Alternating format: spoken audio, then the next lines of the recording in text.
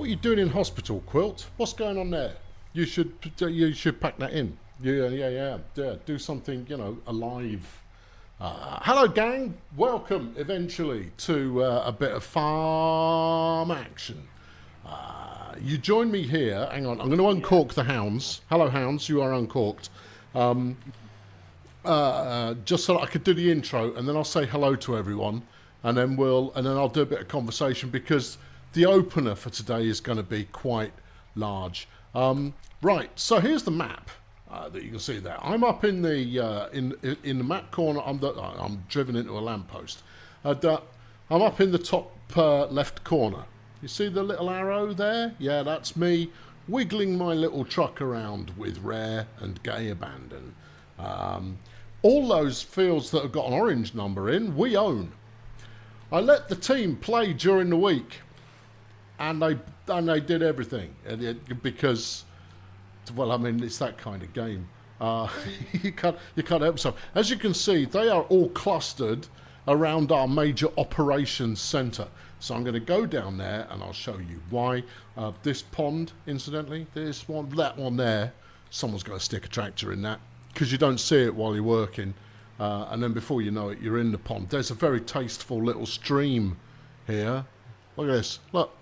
All right. Lag out a bit, yeah. Look, tasteful. I just thought you want to see it, but I'll show you what's going on.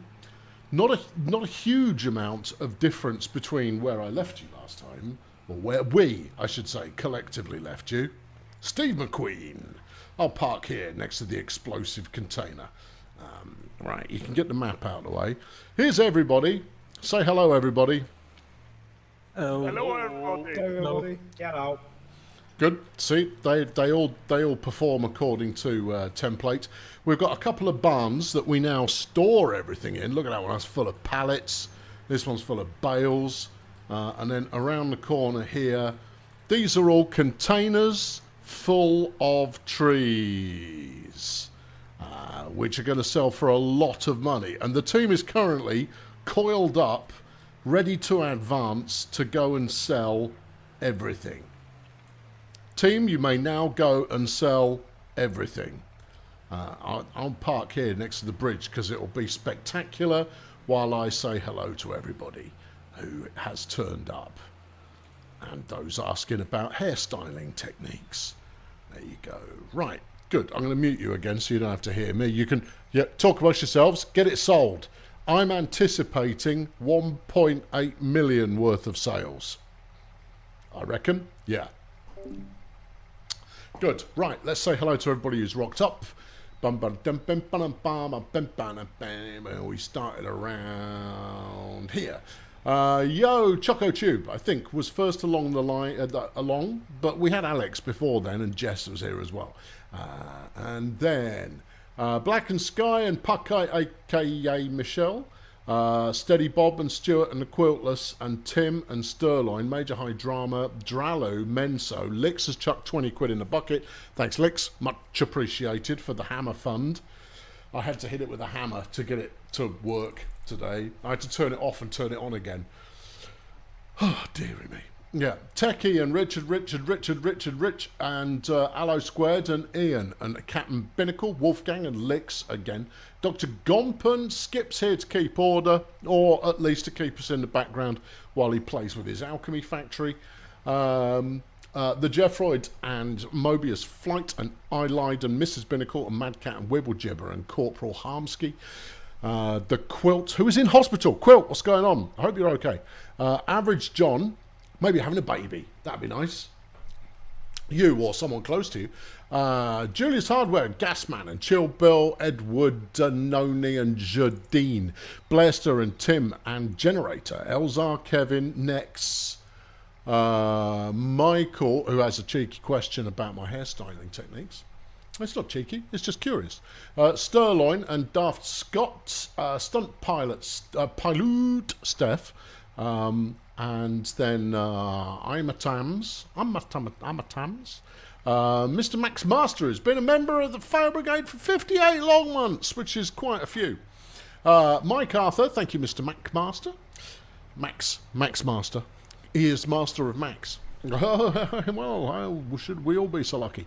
The Wolf Mountain and Niall Dubb and Blake, Floody and David. Hello to you all on this fine Saturday, the birthday of America, or the United States of America, I should say. Well done for making it this far. See if you could do another 250, and then when you've done another 1,000 after that, you'll be the same age as we were today. So there you go. Right now,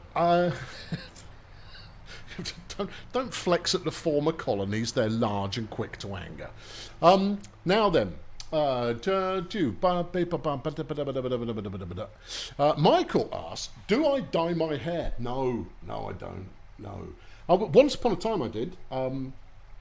Because as a young, I'm making it so that, because I've got the preview screen is right there. You see, it's right next to the lens. And if I look at the preview screen, I'm almost looking at the lens. Whereas if I look at the screen that is showing what I'm broadcasting to Tinternet, then very much no. No, that's not occurring. Yeah, so and I said no. I did once upon a time because all of the menfolk in my family are bald. Down my paternal side, all of them. My brother's got no hair. My dad and my grandfather and the rest of them. Yeah, uncles, all of them. Yep, all of them bald. And so at the age of 20, I thought, you know what, I'm not going to keep my hair very long, so I'm going to do all kinds of weird stuff with it. I'm going to do everything to it that one could conceivably want to do over the course of a lifetime. And that way I can treat it as I've got my money's worth. So I had stupid white boy dreadlocks. I dyed it blonde. I've dyed it purple. I've shaved it entirely bald round the sides. I've had all kinds of stupidity go, all on the basis of I might as well do everything I can while I've still got it. Well, thing is, it's solid as a rock.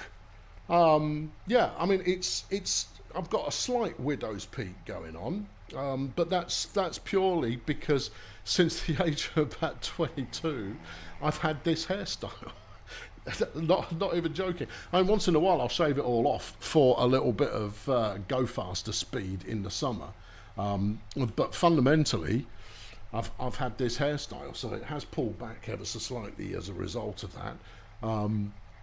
But no, so it is currently, I'll even give you a dirty close-up. I'll even switch to, there you go, you can have the full camera view just for a second. If I can find the button, where does that live? That's over here, right, so if I go that, there you go. See, look, there you go. Right, see? Yeah, so it's kind of, I've got a bit of dirty brown and kind of grey silver going on in there. Yeah, so no, I've got my mum's genetics fundamentally, and I kind of go, maybe I'm not related down both sides of my family, and that would probably be true if I didn't look exactly like my father, which I do. So there's no two ways about it. I'm definitely from that particular bloodline. No, there are no photos. I was such a little egotistical maniac, as a pretentious egotistical maniac, between the ages of about 19 and 21. I refused to have my photo taken. Why? Because I'm a pillock. But you only recognise that you're a pillock after the pillockism has left the building. Yeah, so there you go. This beard action, yeah, I've got this dark streak here, and this is still darkish. I mean, at least it's even these days. It's just such a, for crying out loud. I wouldn't mind it all gone, all gone, completely silver. Totally fine with that. I'd be fine with it. But no, you're just a dipstick at the age of 19, 20. You don't know anything. I'd love to have photos from them. I'd love to, but I don't. It's just, but no, don't get me wrong. That does mean that I have eliminated an awful lot of crimes against hairstyling. But beyond that, beyond it would be good to be able to fondly look back and go, what an absolute pilchard. So there you are. So in answer to your question, no, I don't. I'm not against it. I would do. I'd never colour it in such a way that I would be faking that it was natural. I would do unnatural hair colours, no problemo. I look pretty good with blonde hair. Oh yeah. Oh, with blonde hair, I didn't dye my beard as well, so I had a dark beard and blonde hair, and I looked all right. Yeah, it looked great. Didn't look realistic. Didn't make you kind of go like, "Whoa, what an unnatural and unusual natural hair combination you've got going on there." Yeah. So no. I mean, I've been tempted to dye it to be a consistent colour, all of it being kind of silvery. Like the young people do. They all went through that period of dyeing their hair grey, and I went, oh yeah, that looks quite good. But nah, I'm over it. Yeah. The moustache might turn grey from the outside in. Yeah, I know what you mean. That would, what, gradually give me a pencil moustache in the middle. Yeah, I think I'll go without a moustache for a while at that point, or find a dyeing solution. So there you go. Urban Rally Racer has been a member of the Fail Brigade for 27 long months. Sorry I missed last week's stream. That's okay. It was your birthday. Happy birthday for last week. Trip to the coast was better than staring at a screen. We don't have to stare at it. I mean, you can cast a jaunty view once in a while, but I get your meaning nonetheless. A trip to the beach does sound like a good idea. There you are. That's it. That's the story. And once it does start to go, it's a little thinner than I'd like right back here at the monk spot. But it's, I check it routinely, because what I don't want is to pretend like everything's fine when actually there's big bits missing. I'll just go full Bruce. It's no problem at all. I've been comfortable with the idea of not having hair since I was 20, so I'm ready when you are. There, genetics, good. I'm good to go. Just say the word. Right, we're up to 620 large. We've got containers being loaded aplenty. We've got 2 trucks on the go. The pallet loads of wooden product is going to generate a bit more cash as well. I'll block this van just so that loading can continue. In fact, it's very tempting to leave that van where it is and see what the train does to it. As I said, up until 8 or so, your hair was bleached blonde and then it turned dark brown. My brother's blonde, or he was when he had hair, and he had long blonde surfer hair because he's a seaman. Of the sailing variety, and he got blonde surf bum, my brother. They are. Why is there a golf cart on the roof? The pickup truck was on the roof as well. It's because when there's no jobs to do, the team very much enjoy just putting things places using the forklift, which appears to be a little bit overpowered. So there it is. Yeah. Yeah, my brother's younger than me, just so you say, and it's never been I've still got my hair. I just kind of go like, I've just no idea. It's not my fault.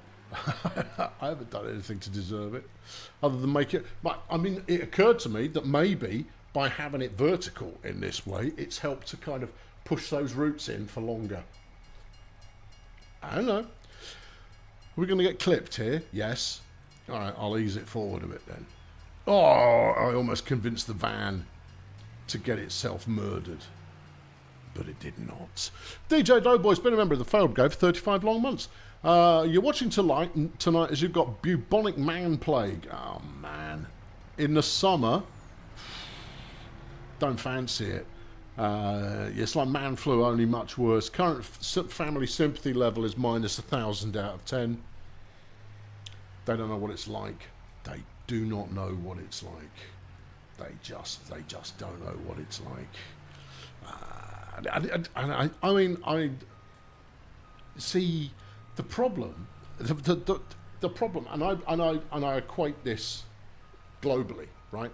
Everybody, all people everywhere, no matter what type of people you are, is you don't know what it's like to have the lived inhabited experience of anybody else. So the monthly treat that women get, I imagine, is pretty flipping hellish. But that's all I can imagine. Equally, I do think that man flu is legitimate in that it has a tendency to take us down. I don't get ill. Touch wood, make sign of water. I really don't. I mean, I grew up in the country. And as such, we had animals and livestock, and the level of washing one's hands as a 4, 5, 6-year-old was probably about what you'd expect. And so I was introduced to all manner of Ebola, flipping tsetse flies, all of it, and I put that down to my really rather robust immune system, because I do not get ill. But when I do, it's like I've been shot with a horse tranquilizer. If I get ill, I'm gone, I'm down, I'm out. It's all over. Now, is that because I am not used to feeling out of sorts? Or is it because it has to be pretty robust in order to get me in the first place? I'm not special. I'm not saying I'm special. I'm just saying I think it is... I think there is a measure of how familiar you are with not feeling fully in sorts, maybe.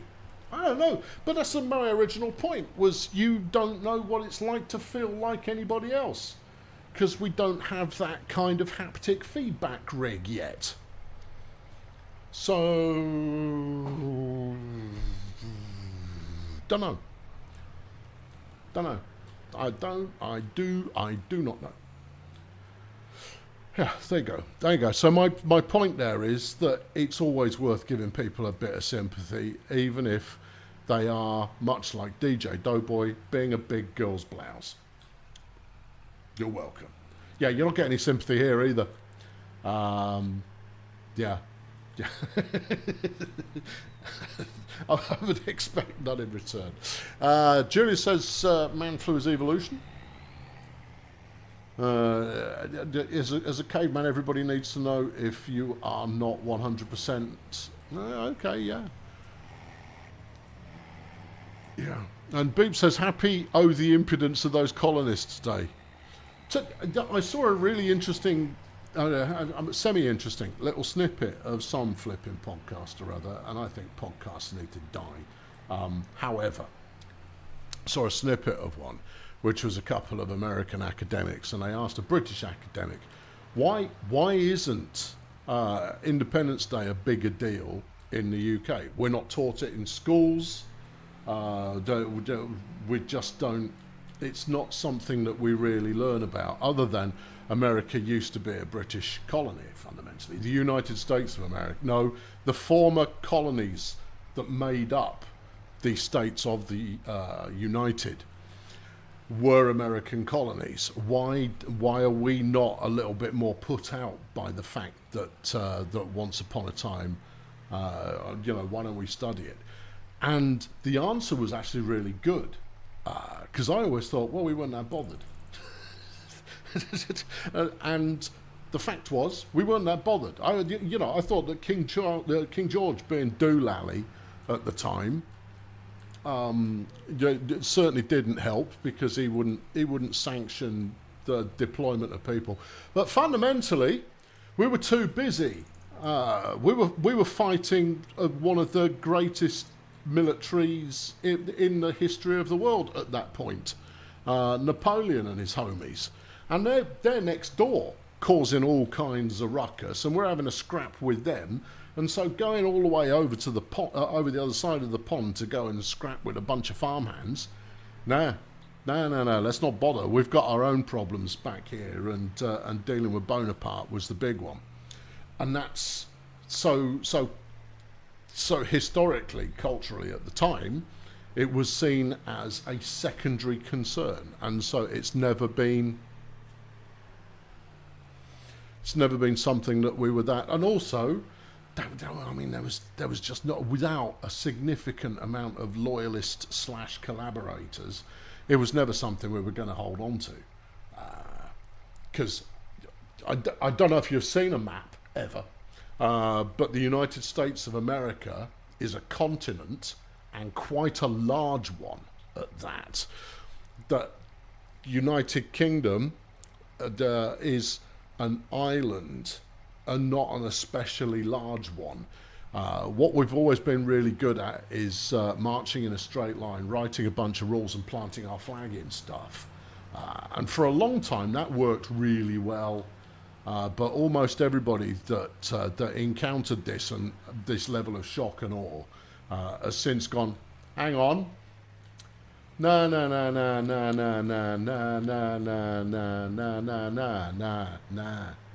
we've gone, all right, there you go, that's it, that's all, there you go. So we're quite happy for the Americans to have their little party, and remembering the time that they were ruled by us.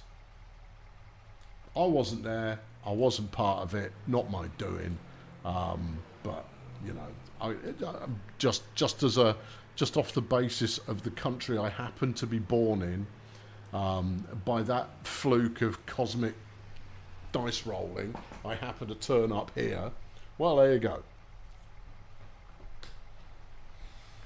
Yeah, pompous big sibling. Yeah, pompous and nostalgic. That's what we are.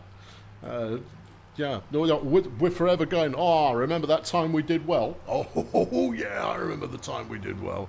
Yeah, that'll learn them. When was that? Oh, it was a while ago now, but it did happen. Good. You enjoyed the latest video on the Video Shop Simulator? Retro Rewind, it's called. You remember visiting and getting a Häagen-Dazs? Yeah. No, my wife at the time used to insist that every shift that I finished, I came back with a tub of Häagen-Dazs.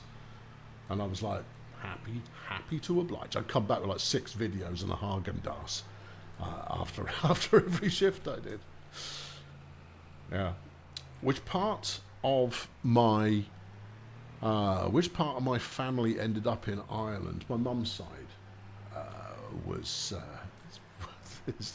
is the Irish contingent, and I'm reluctant to talk about it. Yeah, no, for many generations, my mother's side was Irish. Yeah, there you go. Dad, I've actually got a notable ancestor who was Irish. Yeah, just not in the way that you kind of go, oh, good. In a way you kind of go, oh, really? Yeah, that's disappointing. You're loving England's a bit stuck in the past. It's what England is lacking, in my humble opinion. What England's problem is it doesn't know what its role is in the 21st century. I extend that to, I mean, Scotland has it a little bit easier, and Wales has it a little bit easier because they can hate the English as being, you know, generally oppressors over time. It's not true. We generally get on, but the English are the bad guys, and that's fine. But yeah, no, we don't know what our purpose is in this century. We don't know who we are. We know what we were, but we don't know what we are. Not anymore. And that's tricky. I mean, personally, you know my stance on such things. Yeah, my stance on such things. I think countries should be abolished. Yeah, are you trying to stop trying to harass me with, oh, don't make me do work. Fine, go on then. I don't know where I'm taking them. Thank you. There you go. That's daft making me do stuff for a living. Yeah. On the estate in Colchester you live on, there used to be a van full of videos. The little village that I grew up in, we had a video van, came around once a week. Yeah. The video van rocked up, and you'd have almost 20 videos to choose from. It was ace. And then we had a chip van turn up as well. Yeah, I genuinely don't know where I'm going. Hang on, no, map. I don't have to do work. It's not my job. Look for the shopping baskets. Do you think the warehouse sells it? Hold on, let's look it up. I've got long planks long L. It's under plank long. Okay, carpentry. Really? Apparently. Okay. Really? Is that not our carpentry? I don't think it is. Okay. Well, can we plot it on the map, please? No, I can't do it from there. But it's 200 metres away. Hold on, they're not buying. The warehouse is the only place buying. Ah. Right. Okay. Fine. Warehouse is 132 metres away. And apparently it looks like that. I'll be the judge of that. Warehouse. Didn't you just literally just click on it? I did. Right. Well, tag it so you can't get it wrong. Watch me. There we go. Super. Chip vans are the best vans. Chip vans are great. I'd almost go as far as to say that chip vans are better than chip shops. Almost. I'd almost go that far. That's not it. Well, it is. It's the right building, but I don't know where the loading zone is. I'm going to look for the holographic item.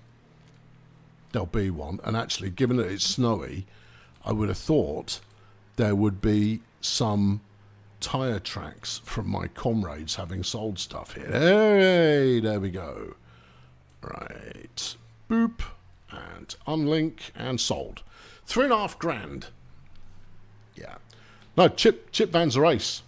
I mean, you only ever want fish and chips. You never get a battered sausage from a chip van, not unless you really are dicing with death. I mean, you know, it's personal preference, obviously, but I wouldn't go near one. But that said, I don't go for a battered sausage particularly anyway. It just doesn't. It's not something that I've ever got on with. Regular sausage, sure. Battered fish, sure. But batter on a sausage, no, it's not. It's not right. It's not normal. No, it's entirely outside the realm of what could be considered tenable. There you go. Come on then, load me up. Stop mucking about. Right. Okay, where am I taking it? These are pallet siding wall thing sort of effort. It would help if Mike wasn't attempting to do ramming speed. Thank you. Mike, for crying out loud! I haven't got them turned on at the moment, so they can't hear my objections. But there it is. Okay, now then, where does this go? Probably the same place, but I'm going to check anyway. They're walls of a wooden nature. They're not wooden beams. I'll see it. I will see it. It might take until lap 3. Prefab walls, warehouse. And then they go for 12 grand a punnet. Super job. Yeah. No, I'm glad you enjoyed to get vaguely back onto a vague topic. Glad you enjoyed the video shop first part. There will be more parts coming. And I think it's going to be a lot of fun. And the team have put a significant amount of effort into helping me come up with about 1,000 different movies of a fictional nature. We've got puns, we've got parodies, we've got plenty. Yeah, and it's pretty solid. Could it be that Lordrian doesn't know where he's going? Yep, certainly seems to be. And oh, he held it. Now that's some driving.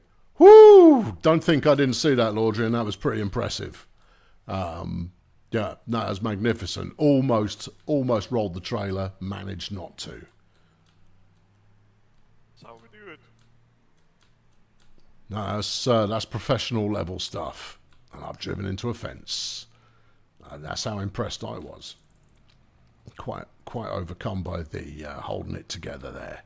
I'm only doing one pallet at a time, but there you are.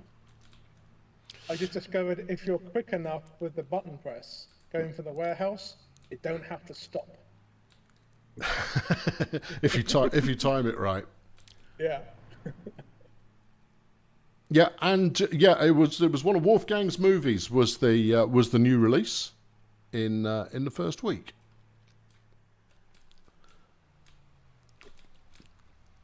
Sorry, Daz, coming through. Site safety needs There's to a be slow tractor in implemented. there. Load me up, clown. The new target will be 2.5 million. Have we got any other lad? Mike, will you stop doing that? Stop interfering with my little truck. I'm doing important work, one pallet at a time. My brakes aren't so good on this. Right, Mike, same again. Perpendicular. Let's go. We're at 1.7 million already. We're not even close, are we? We're gonna have at least 2.5 million's worth. Yeah. I'm gonna cut through the garage here. Get out of the way of this truck because I know where I'm going. And as long as as long as I don't catch the curb as well as interfere with an NPC vehicle, everything will be glorious. I think the quality of the loading is starting to slip a bit here, Daft. Yeah. I'll And take it that way. that's It's gone. not locked onto the trailer, Super. I can unload it without having to stop.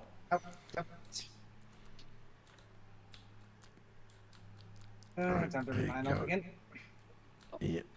Yeah.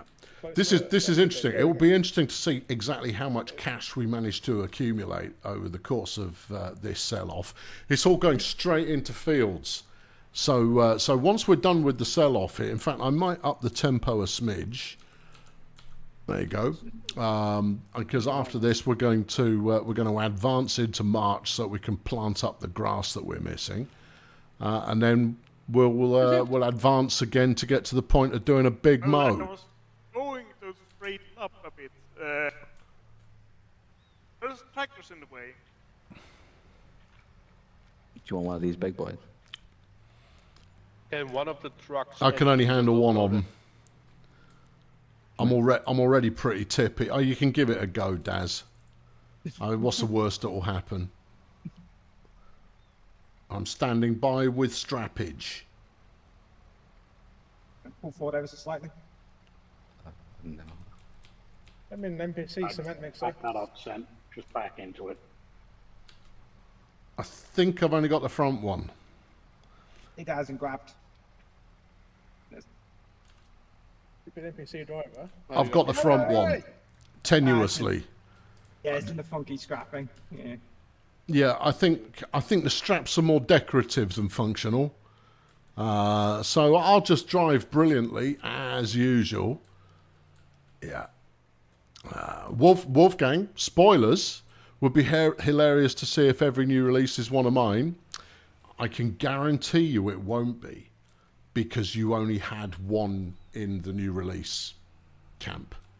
Pretty sure it was only one. Yeah, because they're designated new releases by the grand editor, which is myself. Right. Okay. Good. All right. Yeah. Well, Still needs plowing, did you say that? 28 so far. that's gone well. Yeah, that's Right. all full of trees that are waiting to be picked up. Place your bets on the pickup tipping over. Not going to happen. I'm too good at it. Plus, this pickup is a thorough piece of Yeah, they do. solid kit. We got rid of the one we were renting, some new fangled rubbish, These and warehouses well. instead Yeah. we've gone with this piece of robust ironwork. Yeah, there you are. How long did it take to sort out all the movies that we added? Just under 2 months, I think. That's your fault, Mike. You were on both sides of the road at the same time. It's not. Yeah. I Yeah, watched there the you go. stream. Steady on there, big You boy. were clearly over the line. That was totally you. Yeah, that was totally Colonel Hart. I'll tell you something. Farm sim and oversteer, or it might be keyboards and oversteering, are a partnership made in heaven. Can you let go of me, boy? Hang on, hang on. No, I want to take you with me. You can unload at the other end. Michael asks, all right, collective, this one is for everybody. Do you put gravy on your fish and chips? No. No. You No. just don't. sauce, yeah. You just don't eat fish and chips. You don't Well, eat fish and chip. Well, that doesn't count. That's not an answer. So, gravy on chips, holy mackerel, is great. What type of Goodness gravy? me, it's superb. But it's not as good as curry sauce. What type of So gravy? some Beef chip gravy, chicken chip gravy? shop curry sauce on your fish and chips goes like an absolute banger. Total wizard. Herself was a complete heathen and had flipping mushy peas. Flaming northerners. No, mushy peas are utterly repellent. They are they're one of the very few things I won't eat. Yeah. Yeah. No, I mean salt and vinegar on fish and chips, no problem with that. Squeeze a lemon on your fish if you're feeling in fancy pants. Perfectly fine with that too. Gravy on it, I can get on board. Although, you know, curry sauce, it's top of the tree. It's the big wizard. And I'm here for it. Give me your precious things. Shove them in the boot. I'll take them down the market. Literally. Noni's never had fish and chips. Well, I can't see him being a staple in India somehow, Noni. Don't get me wrong. We're all relatively cosmopolitan these days. You can get what you get, where you get it. It's very good, but you've got to have. It's got to be the right recipe, and it's got to be a traditional approach to it, rather than some flipping snazzy, fancy pants, deconstructed, served on a shovel. No, you've got to do it properly. It's got to be proper batter, and they've got to be chunky chips, and skin on, skin off. Well, if you're going fully traditional, the skin's off, but skin on, they're perfectly tasty. And then deep fry everything, and then afterwards, you kind of go like, what's that that's coating the entirety of my mouth? The answer is fat, and it's a delight. And it will keep you going. Yeah, there you are. Best fish and chips you had was from a small van outside Skipton. I can believe it. Fish and chip van. Yeah, totally. I can totally believe it. There's an amazing chippy in Edinburgh called the Chippy, run by an ex-copper. Superb every time. I can believe it. See, everybody goes like, oh no, the best fish and chips in the world, which are obviously going to be somewhere on the British Isles, and you go, it's not though, is it? It's going to be it's going to be pretty good, and you quite like them, because fundamentally there are really good fish and chip places everywhere.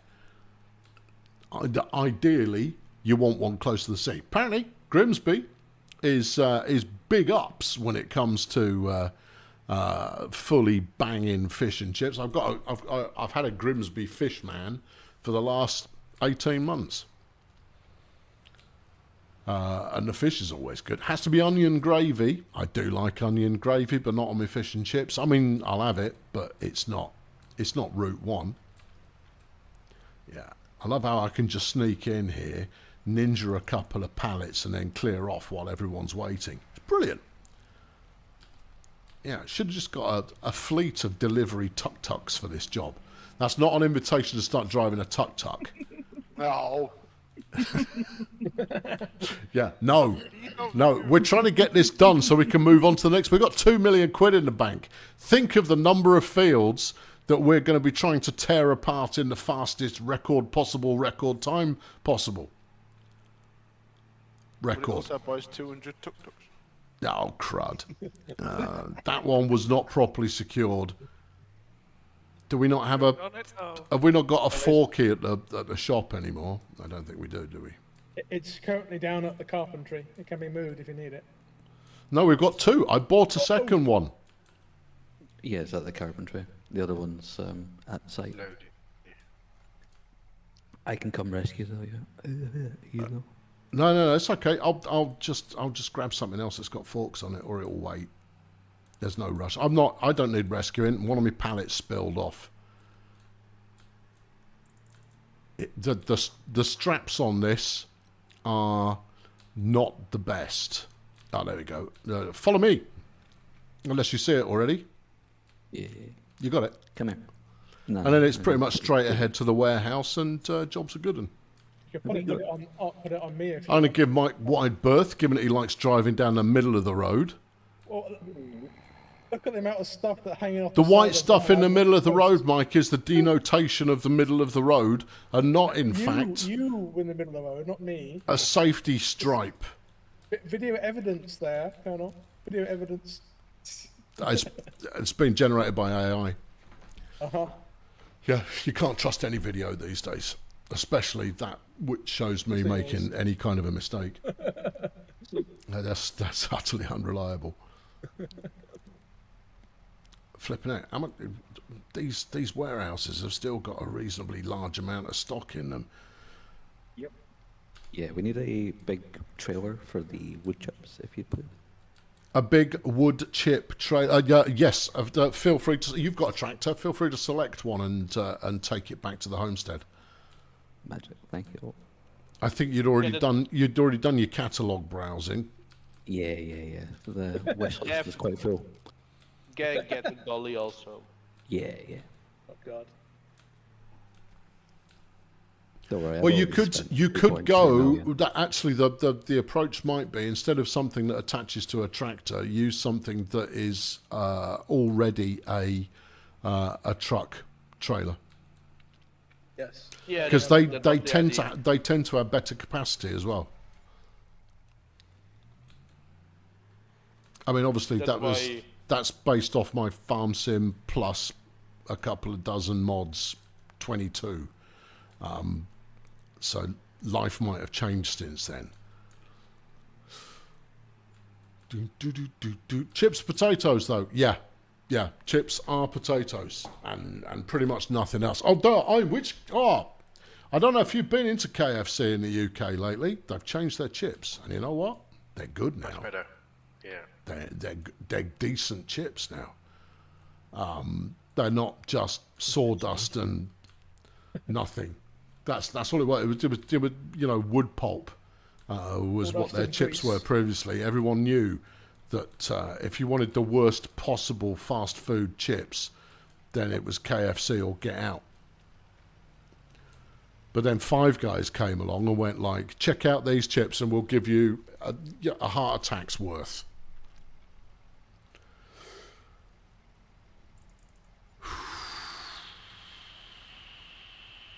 Michael says yesterday was a great day for you as you rang your cancer bell. Well done. You're only 27.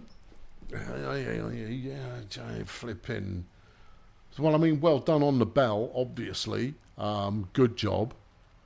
But fundamentally, you shouldn't be mucking around with cancer at your age. It's just, it's not how it's done. I'll turn around as. So I'll just block this pesky pickup out of the way as well. Yeah. Keep telling yourself that. I can be out of here in a flash, given that I basically carry nothing. Fine, give him his one pallet then. It's all right, I can wait. I'm not in a hurry. Yeah. Oops. Right. We have Five Guys. Yeah, no, we do have Five Guys. They're not quite everywhere, but they're getting around. They're flipping expensive. The main problem I found with Five Guys is that if you get it delivered, it's cold by the time it rocks up. The chips are still good, though. Issue with the scrapping, people are scrapping it while the forks are still in there, and that's why they're not scrapping properly. Okay, I feel. I'm losing one to the other side though, unfortunately. Yeah. We've got it's Wendy's trying as to be well now. Clever, and it's not. It's rubbish. Not work. Wendy's is rubbish, which is a shame. Yeah, like I said. I'm hoping at some point that In-N-Out Burger decide to move beyond California. If you can push that one back on again, I'll restrap it. Yeah, what he done, Mike, is actually managed to glue it to my forks by doing that. Well, it should come off if you just. I'll take it. The machine is a bit too big to load those. Right. There's one on the other side there. I'll have to stay till next time then. Whew. Yeah, no. For those who don't know, you get to ring a big bell to say that your cancer treatment is done because there is no longer any visible signs of badness. So it's a symbolic. I'm the champion over you. And it's kind of it's a big deal after you've been through the chemical warfare that is cancer treatment. It's going to be laggy for a bit, so those snow despawns, I guess. If anyone's got a fork type. Yeah, machine, on the way. On the way, bud. Alex says, "I love a wimpy." Yeah. Now, did you know They still about. why? Apparently, here and there they are. Do you know what it is that allows them to be? Why they serve their burgers on plates if you go in? Do you know why? It's an interesting fact. It's not that interesting. I was going to say it's a fun fact, but it's not that interesting or fun particularly. But it's a story, and you know about me and my stories. Is it saving the turtles? It is not anything to do with turtles. No. Good guess though. Anyone else want to take a swing at it? Is that normal? Yeah, eating food off plates is normal. It's a tax dodge. It's no, but that's a better one. It is a legislative reason. Is it because it's on a plate? It's a restaurant. You're pretty much there. Is in order to call themselves wimpy restaurants, they have to serve their food on plates. But McDonald's call themselves a restaurant. No, they don't. Not officially. They can describe themselves as such, but they're not officially a restaurant. And I think it's a point of honour. Cheaper to wash plates than bin the paper. It's conceivable, but no, it's a load of old want to call ourselves a restaurant, isn't it? There you go. I did say it was both fun and interesting. Where are you going with that? Because you're moving with a purpose there. It just shoves it on and clears off again. There you go. Have this. Go away. Making sure you don't run away without anything. There we go. Right. There we are. Yep. To give Wimpy their due, I don't know if they still send it. Do they still sell the giant red chemical sausage called the Bender? What? Oh no, I'm not joking. It's unironically called the Bender because it's a giant red bent sausage. That nobody knows. Have we got a Wimpy expert in the house? Someone look up the menu on their website. I'm not sure they've got a website. They might not have got around to it yet. Do they call it the Bendy now? Oh, those gutless fools. You can have it as a side or in a burger. No, I see. It's gutless because it was named the Bender when it had no other meaning. derogatory or otherwise. And no, Little Chef is bankrupt. Thank God. So's the Happy Vomiter. For a little while there, the bender was probably deemed problematic, but that's why you should stick with it. Own it. And just kind of gone, no, it's you. You are the ones with the problem, because it was never put out in a homophobic kind of a fashion. That the term was later used in a homophobic fashion is neither here nor there. Yeah, you're go on. You could get a boat through there.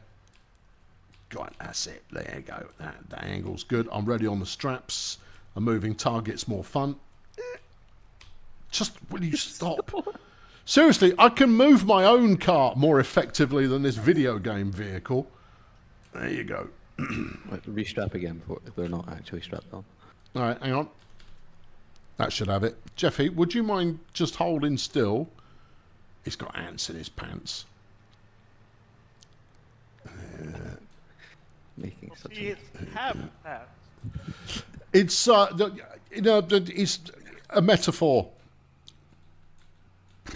There you go. You can say anything's a metaphor, and it doesn't matter what load of old rubbish you just said. You're going, I use it in a metaphorical sense. Oh, that's okay then.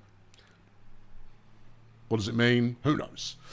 Had history gone differently, Mackie D's would have been selling a pineapple slice with cheese in a bun rather than the filet-o-fish. Or, as it's known in the UK, a fillet-o-fish for my wife.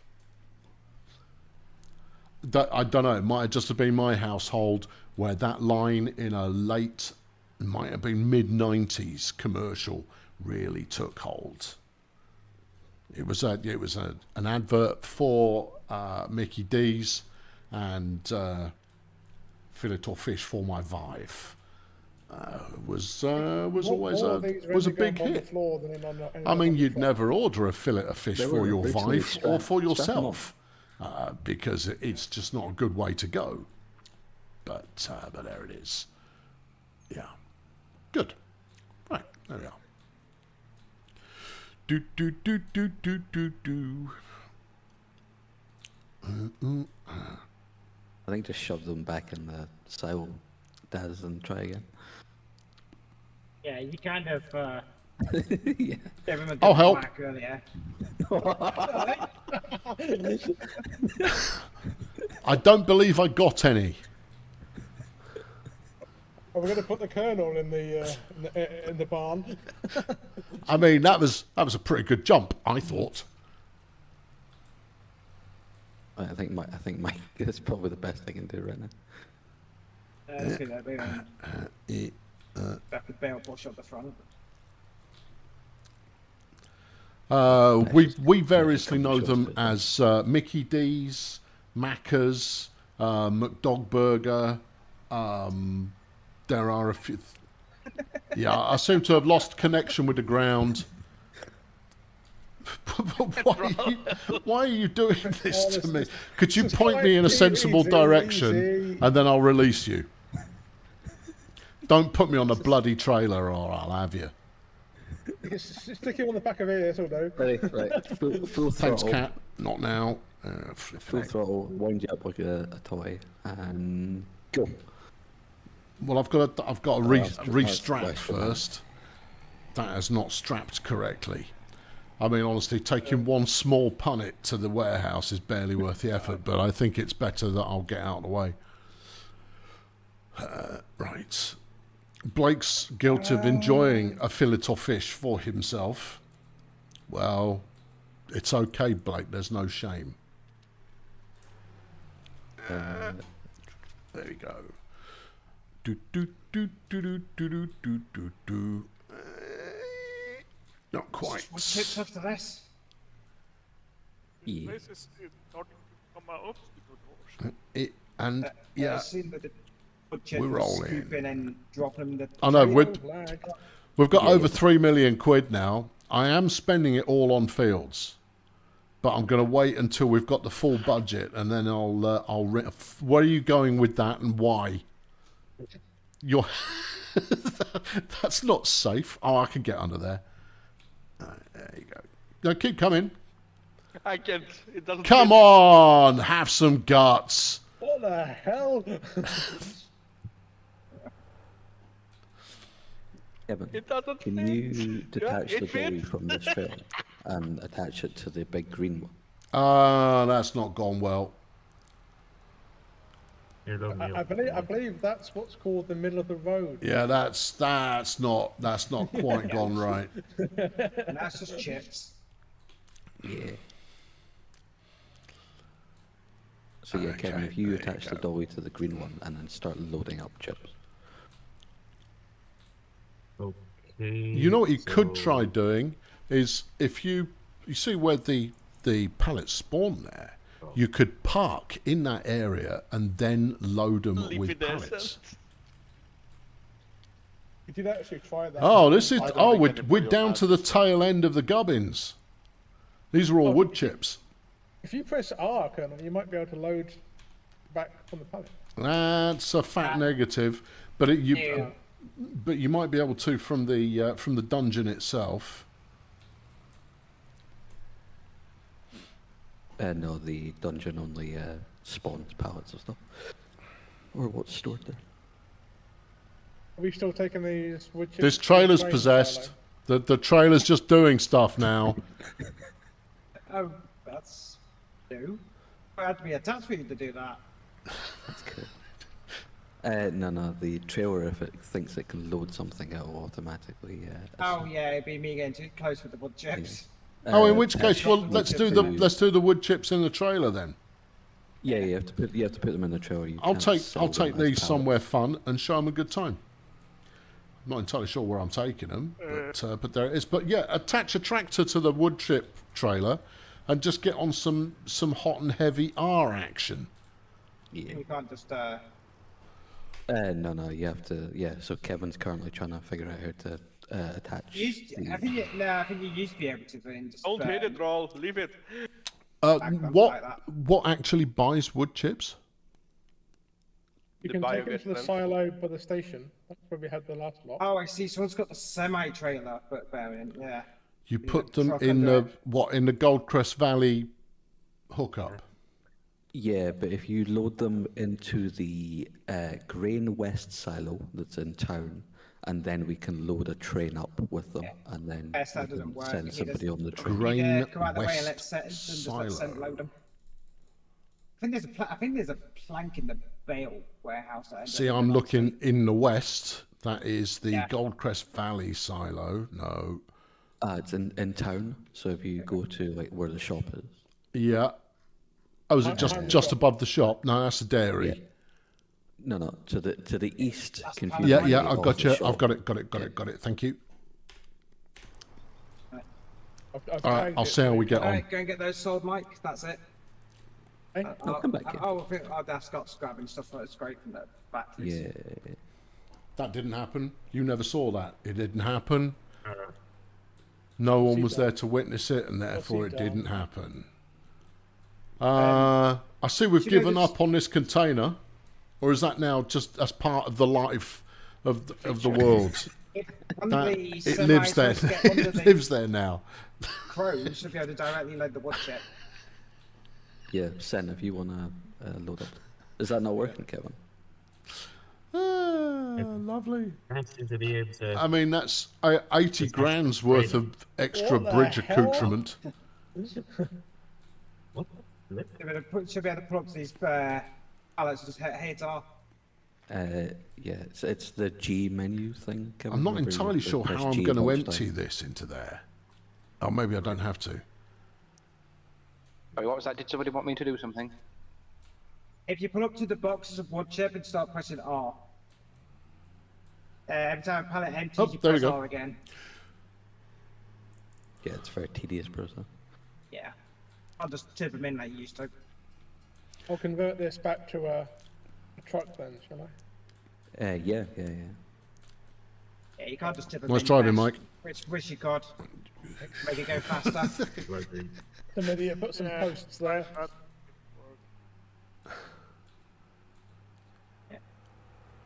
Tap R, wait from the banners, and when it banners, press R again.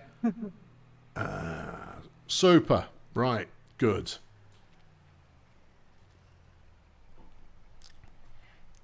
Yeah. I'm just swerving you around, Jeff. All right. I'm putting you at an angle I can work with. There you go. Look, you can still see it. It's on there. Okay. What have we got left? Anything? Not a lot. I think the tedious progress loading the wood chip. Just wood chips. Yeah. It's snowing again. That's Yeah, that. It's apparently that snowing time. in the It's next that 8 time of hours the year. again. Just saw some maniac drive past with a container sideways. That's normal. Let's it's, increase the tempo to something a little bit more aggressive. Just lost the wood chips a little closer. That was the best time. Hopefully it didn't At damage least it. the So, container that was stuck under the bridge is gone. No. See, because we're professionals, we're putting it away properly now. It's getting sold, and the magic is occurring in the way that it's supposed to. I'll even turn the engine off. There we go. yeah, you could just back in there then, Mike, then. It's taking it from here, so no worries. I think that's working, Scott. Yeah, I mean... Yeah. You might as well put the wood chips in all one trailer. Yep. If they'll all go, get them in there. But the thing is, it's just the tedious loading. So if you've got 2 of them doing R, then it will be a bit quicker. Yeah. Double wood chip trailers. Yeah, it's during Mike with a couple of shovels. I could place a small silo next to the sawmill that we can just dump wood chips straight into, because they're Yeah. quicker to load the trailer from. Yeah, just shunt them over then at that point. Yeah. I mean, I think Are the you cheap sure that silo's you only can like fit the 20 wood chip grand. in the silo? Oh, in fact, we've got this back corner. It's perfect for it. Give me some I'm not shift sure P vanilla action. silos allow you to store wood chips. It might not be a silo. It might be like a freaking bolt I'll thing, find yeah. it. I'll read the instructions. It'll be fine. Yeah, right. They're not saying what they'll actually store, which is less fine. What do you store? Crops. Well, everything says it stores crops. Do you think it's a liquid manure tank? No, I don't. Yeah. We could buy the power plant. That could work. We How can much sell is them it? straight on then. Yeah, burn it ourselves. Biogas plant will do. No, biogas doesn't do That's wood chips. expensive. Biogas does wood chips, doesn't You it? need the heater. Always isn't used to. It does poo. Oh no, yeah. I don't even know what the Yeah, I don't- flipping wood chip symbol looks like these days. They insist on changing the icons. And they... If the devs are watching, right? Tool tips! For crying out loud. Over these poxy little icons, give me some tool tips. It's, Thank you. Sell point 36,000. Wood chips look like that. They look like a brown triangle with 3 wooden lumps in it. You need Right. a biomass heating plant. Yeah. No. It doesn't look like wood chips are on the menu, boys. Selling points. You need a sell point biomass heating plant. It's a selling point, right? Hang on. Biomass heating plant. It's only 120 grand. That doesn't seem like it's very much money at all. The one underneath 36 was smaller, which is just 1 chip. I mean, it depends if it's actually going to be able to sell what we're shipping. Is there any more? Nope. I've got one here. How big is a It's biomass? empty. Oh, flipping heck, it's huge. Yeah, Okay. that's why I think the one underneath was 36. Yeah, but aren't we going to oversupply that to the point that it won't take them anymore? Now, eventually, actually, yeah. Get two. No, if it's a sell point. Then again, yeah, I think sell points are infinite, yeah. If it's, Really? it's a- I mean, don't get me wrong, but this feels like cheating. So no, I will spend money on the big un. We are an industrial entity now. You know why I can't place it here? Because I'm stood there. I'm in. There's also the giant forks as well. Big log forks wherever the yes. To be honest, I'm not entirely sure that's a good place for it anymore. Anyway, it's a little bit close to the other unload point. We'll end up accidentally putting trees into the biomass heating plant rather than the sawmill. Yeah, hang on, I'll get myself out of the way.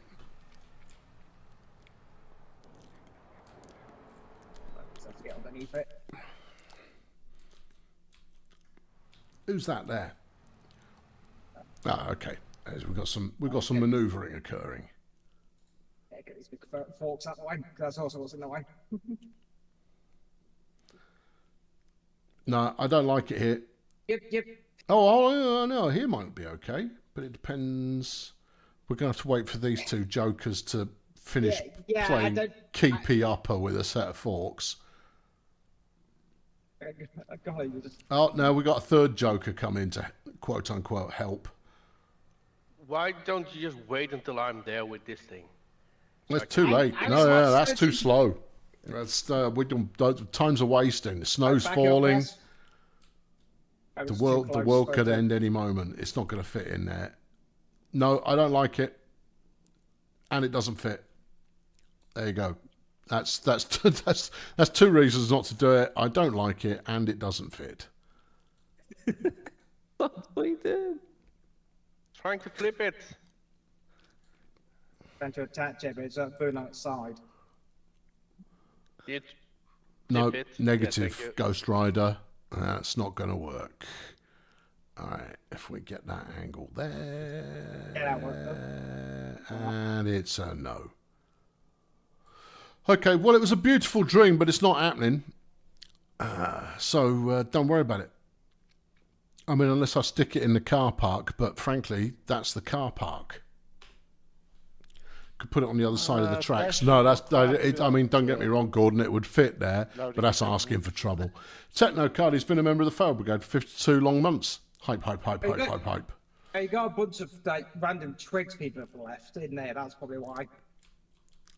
I'm putting a little 36 grand right next to the end of the sawmill. Or am I? No, apparently it's overlapping with the saw. That's too far away. It's too flipping stupid. No, I'm over it. You're just going to have to get used to the concept of taking them to places, and I've been run over by a tractor, and disposing of them in a way that we've been doing so far. Will you stop running me over? Honestly, it's getting so a gentleman cannot give a thorough and comprehensive narrative on foot without being brutally slain by some muppet in a tractor. That's not how you're supposed to do that. Thank you. Yeah. How much you got in there? Not a lot. Okay. Yeah. Right. Super. How are we doing? Are we about empty? We're empty. We're empty. 3.3 million. Well, that's more than my wildest of dreams in this particular regard. Okay, let's shop. Right. I'm going to start in the top left corner, and I'm just going to work my way right until we run out of money. Let's roll. Yep. Okay, 19. There's 20. 23. Yeah, boy. 24, the big one. Boof. 25. Yep. Okay. 31. Yep. And 30. Yeah. And 29. All right. That's good. All right. That's half the money gone. And we've got as far as I said I was hoping we would get to. So let's keep going. 34 is going to be peanuts, so we'll have it. And we'll take 35 and 44. We'll stay this side of that bit. No, we won't. We'll get everything north of the river. Okay, grab Oh, well, do you want to take the 32. chip trailer over here? And then I'm going to take my Slightly pickup this up way. there and sell as Yeah, many maybe buildings that's as I can get my grubby little hands on. Let's see if we can get these two. Okay, we're going to need cutting implements and containerization. If once in a while we bring a tree down in order to keep the wooden products on the go, and then ploughing. Where does the carpentry stuff go? Sorry. Go 3 on, go million on, did go not on. last long. Yes. That is a fairly epic amount of new land that we've acquired, and there's not a huge amount of trees on there. Thank It goodness. should be somewhat easy to get through that lot. I'll save the last 200 grand in case we want it. Right, let's get morning. There's a fair amount of trees. All right, take your pick, team. We've got ploughing and seeding to do on all the land that has been dealt with. And then it's forestry a go-go. Do what makes you happy. Find some value for yourself and go and do it. I'm going to go and review the situation and sell everything not locked down. Again, for everyone else. Yeah. Oh, it's the server just had a heart attack. Yeah, I think so. I think so. It's frozen. The server does appear to have had a coronary. He did just. Oh, about that's not half of the good. map. Why would it have done Yeah. that now? Okay.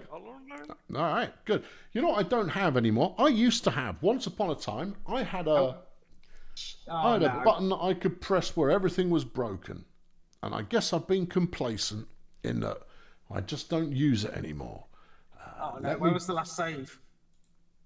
Oh, earlier. It's hard to There say is for no sure. active game Right, server. let's give that a quick F5. Oh, yeah, server's offline. Well, I mean, that's not helpful. No. Let's press start the server. Ah, that's the way that this magic happens. Yeah. And if it shows up, feel free to join it. If it doesn't, we'll just have to think of something else to do. I mean, I've got a standby game I could show, but it's not farming. No. I don't. It's not going to roll back that far, surely. 20 minutes at the most. It depends. You've done it now.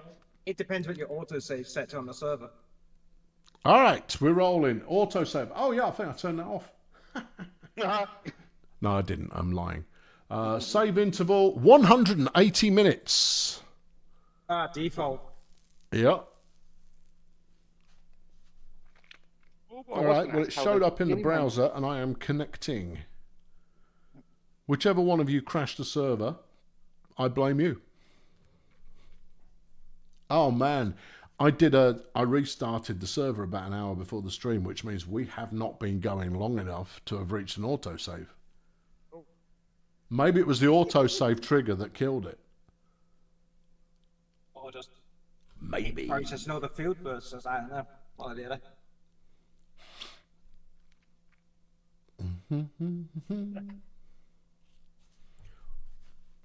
Yeah.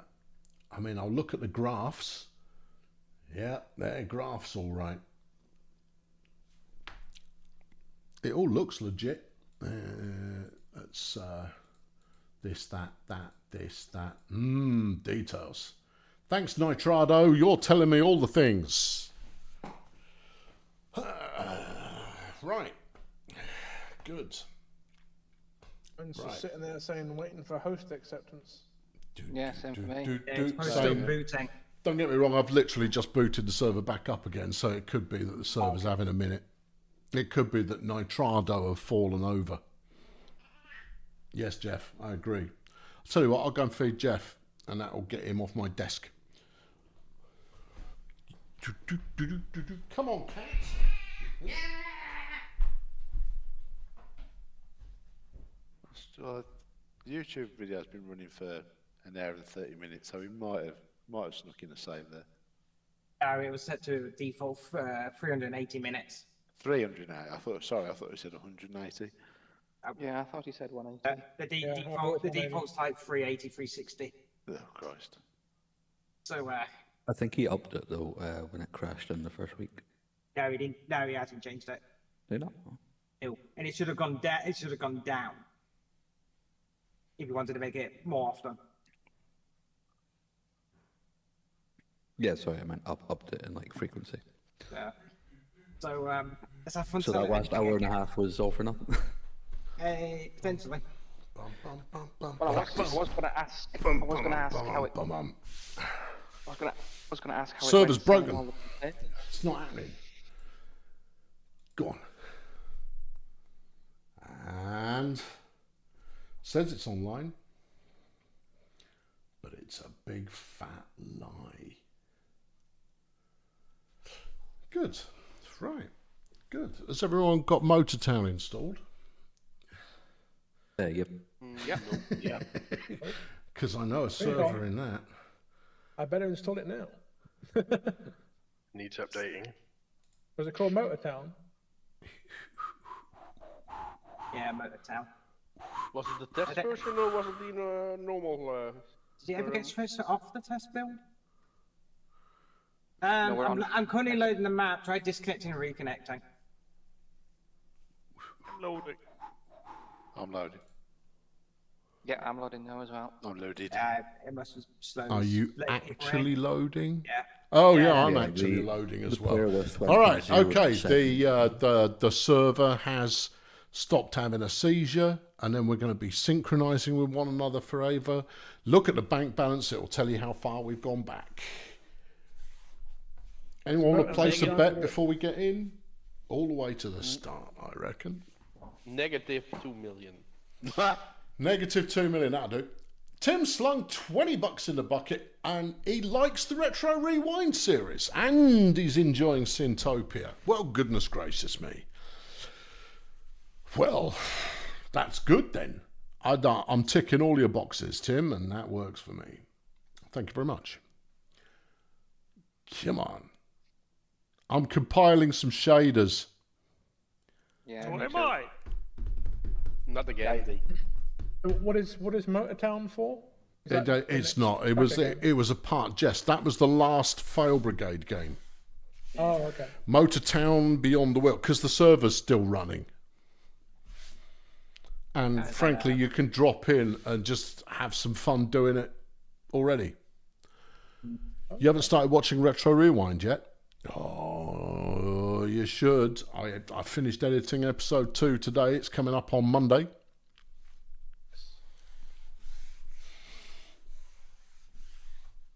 And the second episode of Syntopia is out tomorrow. If you're a Fail Brigadist, that will be available for you.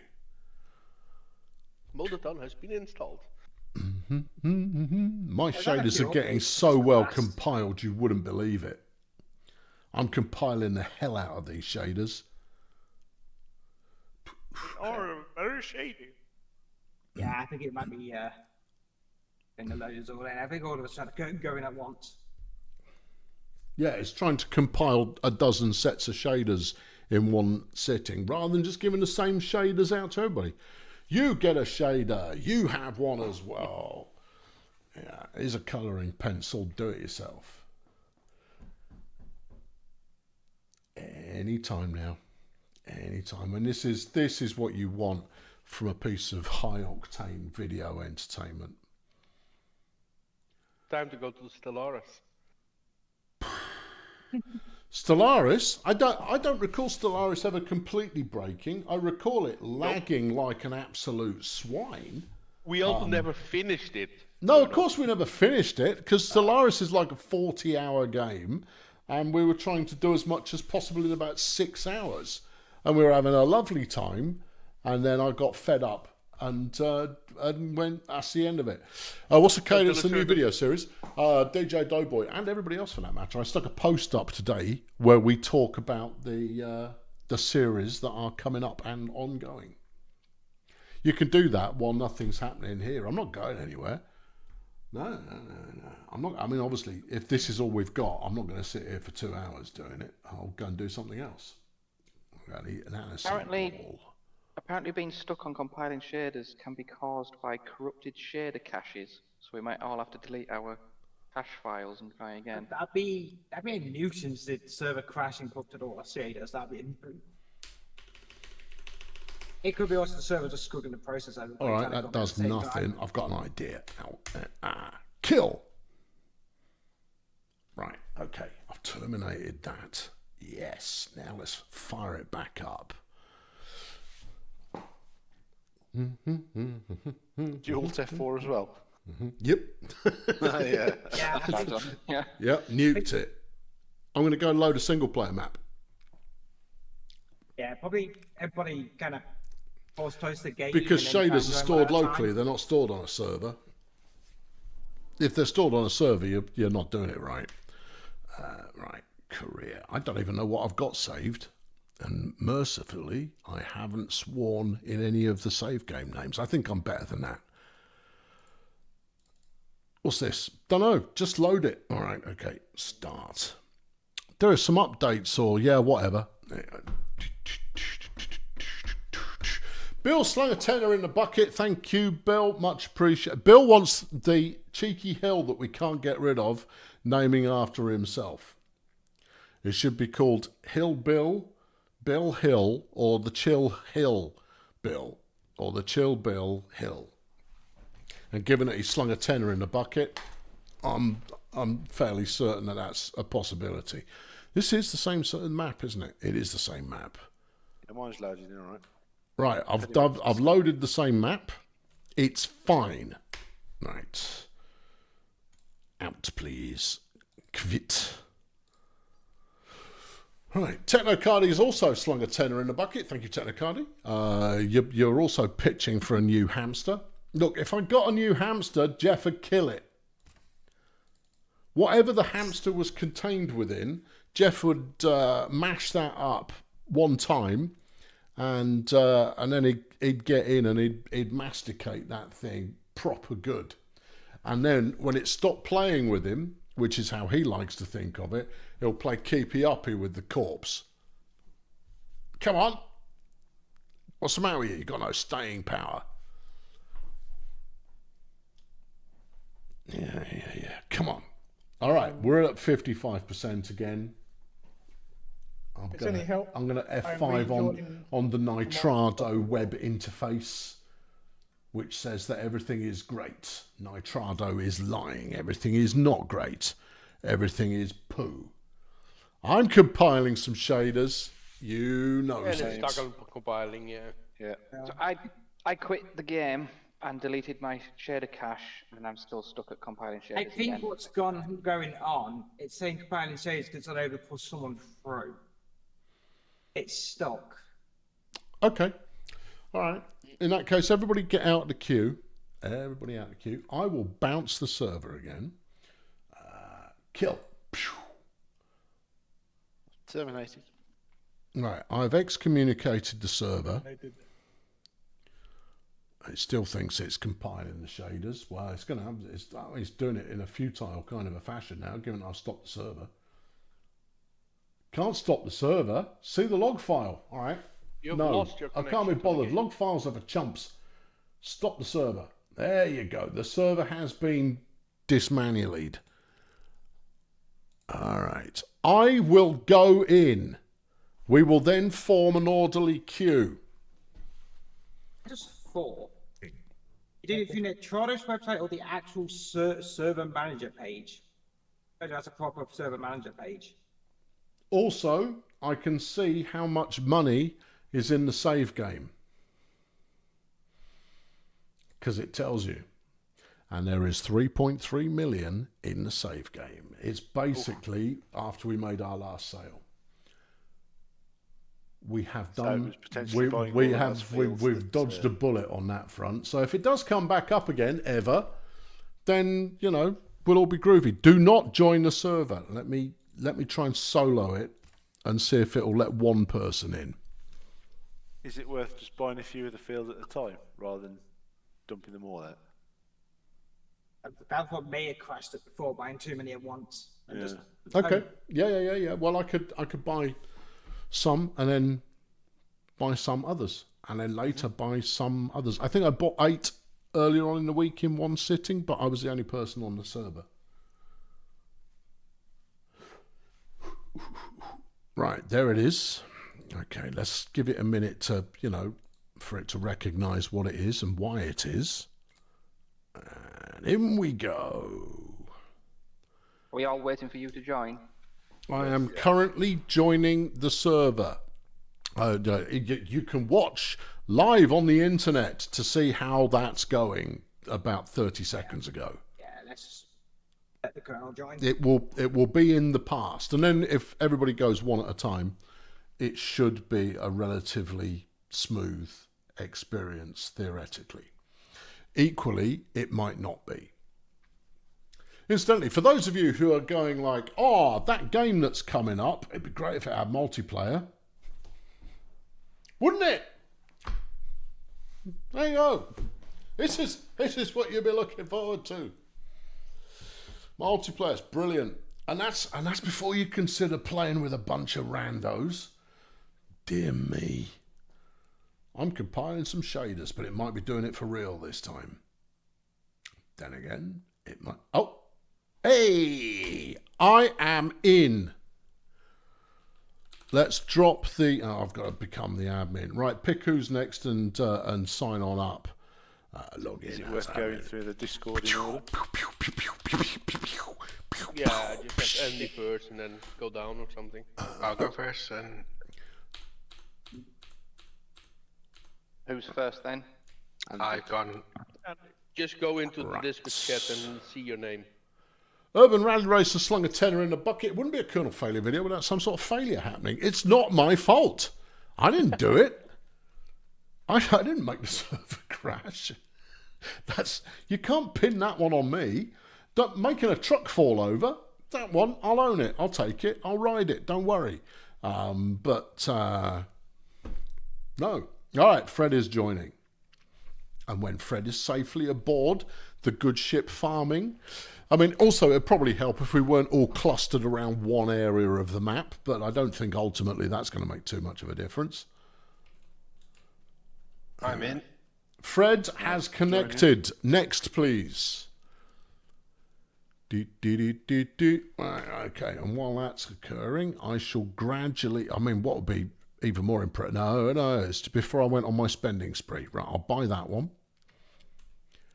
I'll buy one field... between each person joining. I'll buy 2 fields in between each person joining. Right, and that should keep things safe for children. Space it out, yeah. Good.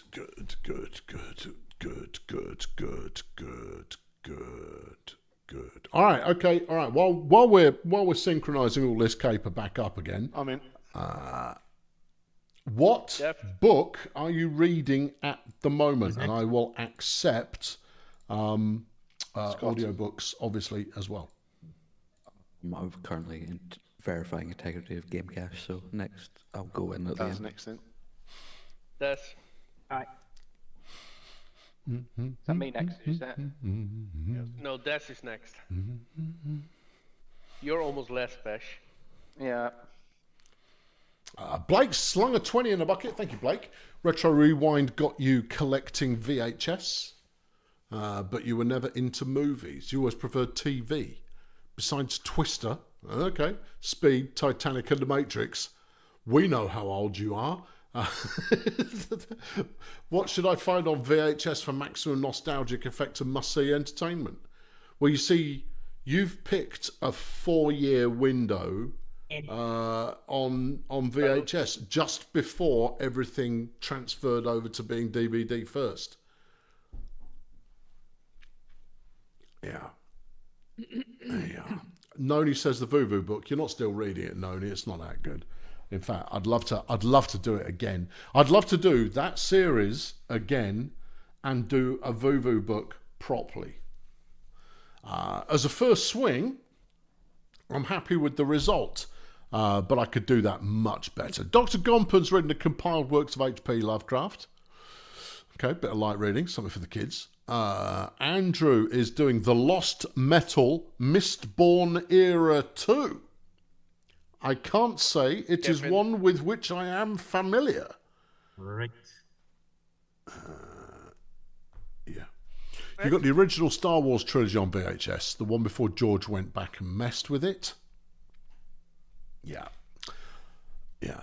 Oh, George, leave it alone. Leave it alone, George.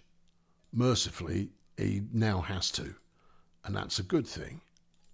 Although I'm waiting for flipping Disney to allow me to independently purchase Andor. I have watched both series. They were great. I want it in my digital library so that I can watch it whenever I like without having to pay a subscription. You're reading Who Dares Wins by Chris Ryan. Crumbs. Twister was great. I'm in. Twisters was all right, actually. It wasn't awful.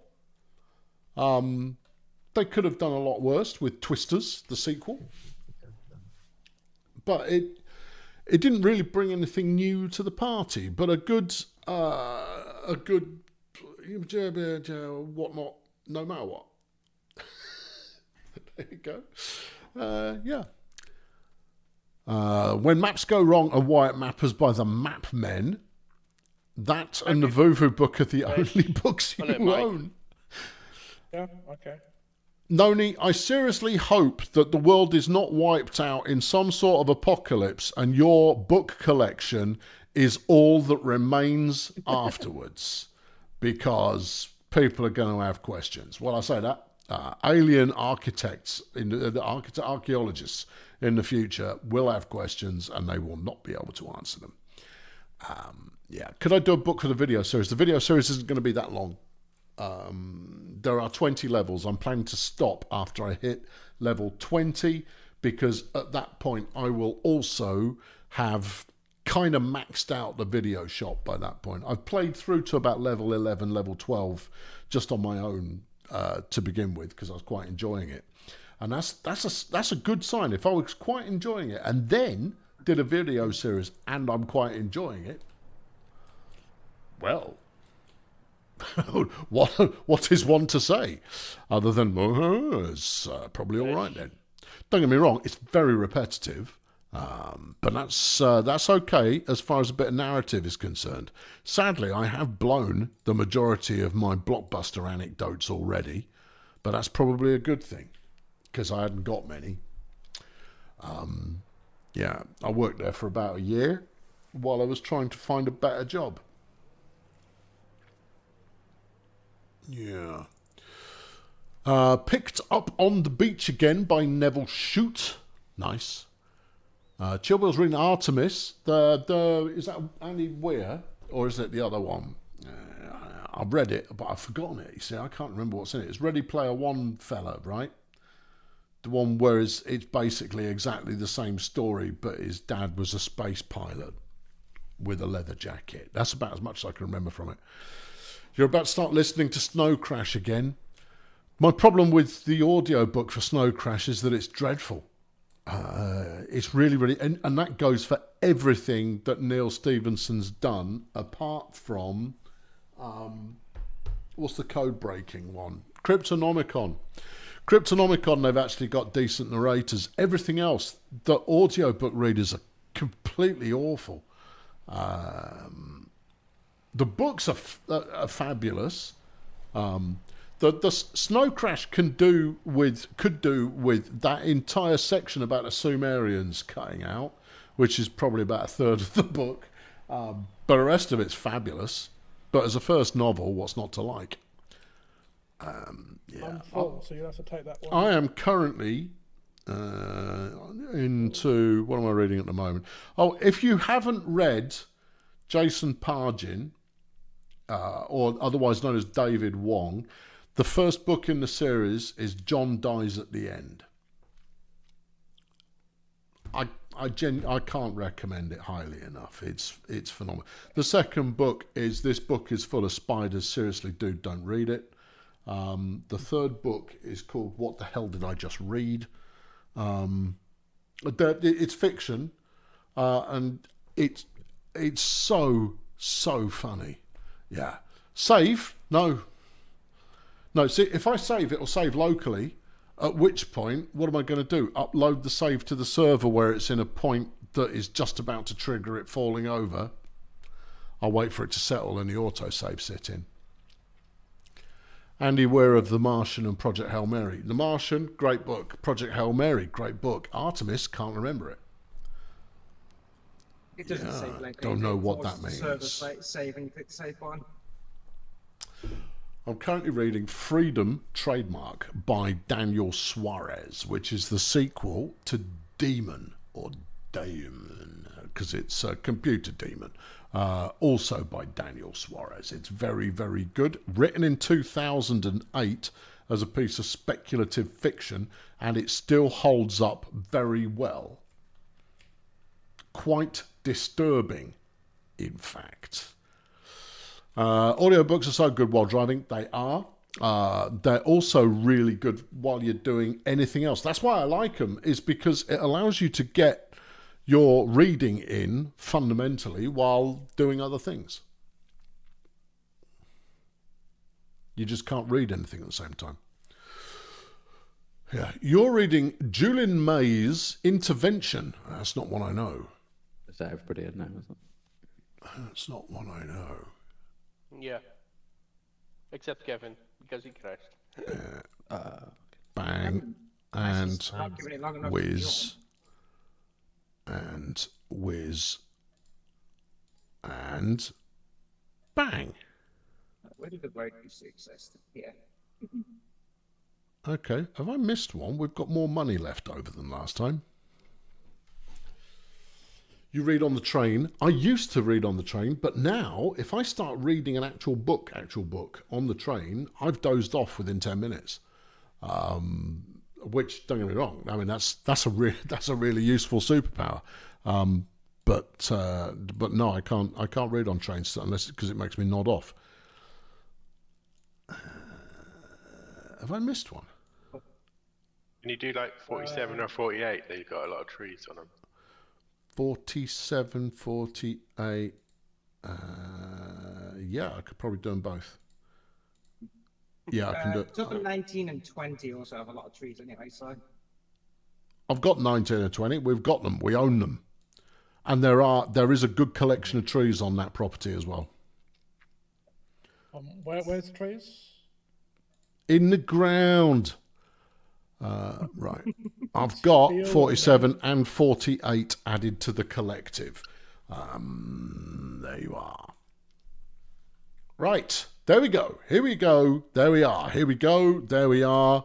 Let us advance. Don't do anything complicated. I'm going to advance us into March. Don't we have to run the horses? No, they're done for the day. They're not going to die. They'll be all right. You've been listening to Barry Cryer's biography in the car on the way to work. Barry Cryer, incredibly funny man. Underrated. I mean, everybody knows he's a funny man, but he's underrated at just how integral Barry Cryer was into the whole of comedy in Great Britain, England, UK, call it what you will. Behind him is shed, is he?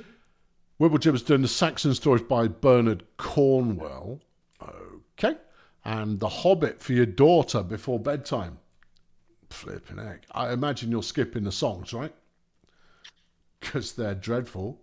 And they don't advance the story even slightly. And they're full of... I'm the wrong person to be doing that recommendation. I think the stories are okay, but I never got hot and bothered about The Hobbit. I mean, I've read it, but... kind of go, songs, great. Well, at least they use slightly different punctuation. So we can just fast forward past all of that rubbish. Seriously. Barry Cryer from Sorry, I haven't a clue. Yes, the very same. Skips on the Stormlight Archive. I don't know that one. 30 hours for each book.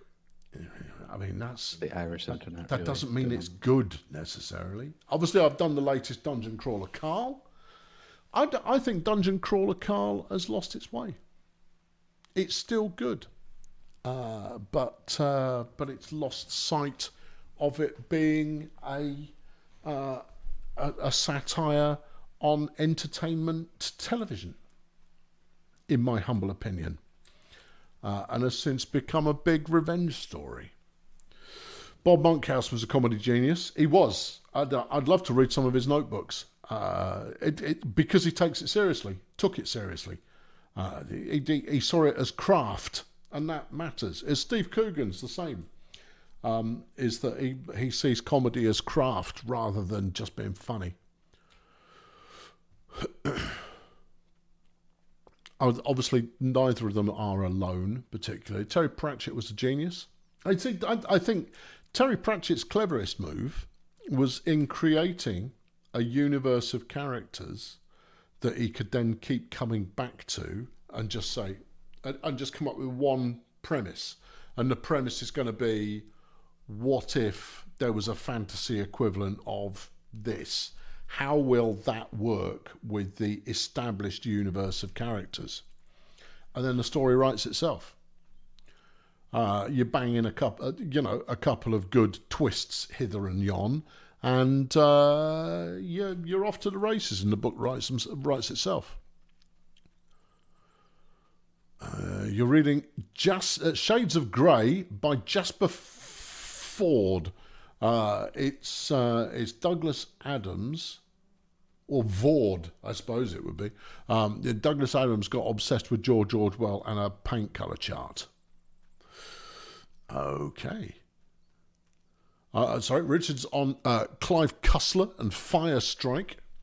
I've not read any of Mr. Cussler, but I know he has written quite a few. Yeah.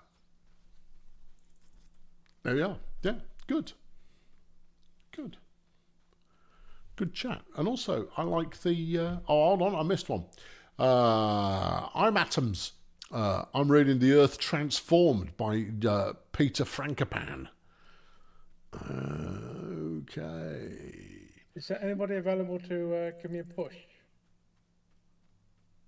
A few buildings to sell. Yeah, thanks, Daz. I'll work my way up there and get on it. I'll take my little truck. I will attempt. Julius is between books, trying to catch up on 14 Times back issues. Oh, crikey, I've not read the 14 Times since I was a teenager. I mean, it was great. It was always absolutely brilliant. But I think it rather got supplanted by the internet. Really? A bit more? Stunt pilot Steve is doing The Eight Mountains by Paolo Cognetti. Okay. Some object. Oops. Right, where do you put the trees? Just to the left. In the ground. Where did you put all my said? Where exactly did you bury the car, Kevin? I don't think it's going to fit in that hole. Julius, you've been reading the 14 Times for 40 years. Impressive. Presumably you're a subscriber. So you go like, oh, good, when it rocks up through the post each week. I can totally get on board with that. I think, bold statement, I think print media is going to come back. I think print media and dumb phones are going to come back again. I think that we're, I mean, as much as, yeah, it's already happening, but I think we're also on the cusp of a big rejection of all things 21st century that have just served to make us all unhappy.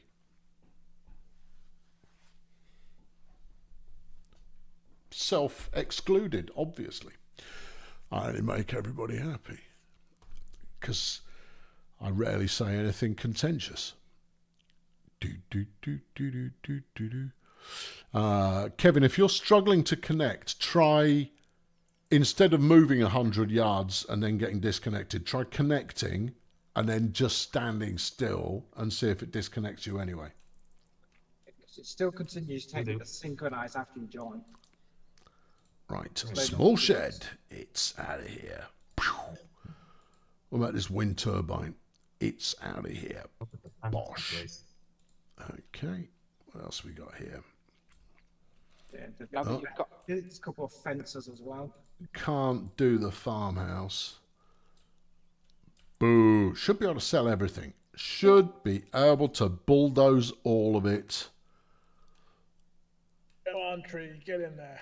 Right, okay, what do we got? What do we got? What do we got? What do we got? What do we got? I'll have a go at this fence, but I don't think it's going to play ball. They haven't done in the past. But you have to be in a certain mode, which is a pain. No, you have to go to flipping bulldoze mode, which is not here. No, where is it? I don't know. But I had bulldoze mode here. Well, you don't now. Try it again. All right, okay. How do you put the tree into the factory? In the ground. No? You put it in the box, and then you can walk up to the exclamation mark and hit R. Yeah, see this mark here, Mike here. Look, this exclamation. one? Press it. Yeah, press sorry. R on that. Yeah, no, that fence is staying with us. It loves us too much. It's going to take me a while to find everything, you know. Paper mill might also be full, depending on how big this tree is. Oh, it's the fence. I think the paper mill auto ingests as well. Is it? Oh, can I just dump the tree there then, leave it? See, theoretically, we now own all of this stuff, but we can't flog any of it, which is real shame. Yeah. Oh, Is it worth? it Is it took a bit worthwhile off the getting? end. Is it worthwhile getting bigger ploughs and more ploughs and seeders? Because there's a lot of land to work. Well, that will require bigger tractors as well. Yeah. So I would say probably after the next sell-off. I'm quite prepared Right? when the time is right. You need 360 for the biggest plough, but yeah. I think It's you how have much, to sorry? adjust that. 360. 360 horsepower for the biggest plough. Yeah, but even then you're going to want more than that. Yeah. Oh yeah, 'cause quite hilly up here as well, so. All It's a right, bit I strange need to not be able I to need get my bigger sat plough. nav for Come this. here, Mike, come over here. It's like- Where am I? That'll be me. That'll be me. I'm the one doing a twizzle up in the top left of the map there. That's how you fight. I'm going the wrong way. Okay. Oh no, Okay. hold on, no, we could cut down this one. Oh, put it in there. Yeah, good idea. All right, if you find a building you think can be sold, let me know what field number you're in. I'll be trying. Get it in a bit more. Wow, there we go. Brilliant. Thank you. Yeah, so Nexus, some of those are- if I some had of the those are pretty chance to empty, but reboot one of these games, which would you what would you do to make it more engaging? Okay, well, you've chosen 3 good games there. I don't think, other than Dungeon Keeper 2, you could improve on Dungeon Keeper. I think it nailed it. It doesn't need anything else. More of would be the only thing. Oh, it's the wagon builder. That's fascinating. Yeah, more of Dungeon Keeper is really all that's required there. Everything about it is spot on. They didn't get anything wrong. In terms of the movies, the movies was a bad game. At the time, Worst going? it was a bad game. There is an awful lot of nostalgia regarding the movies game because it came out at a time where you had one game only that was new that you would play quite exhaustively. The movies give me a tried to be 3 different things at once. It tried to be a movie tycoon game, it tried to be a movie maker, and it tried to be a Sims-light relationship maker. And it did half a job with all 3 of those aspects, not very well. and as a result, it wasn't very good. There was absolutely no point in making movies with it because it didn't affect your Tycoon performance. The relationships between the different characters in the game were so superficial, they had no real impact other than people being hacked off. And the Tycoon game was laughable in the way that it had been balanced and put together.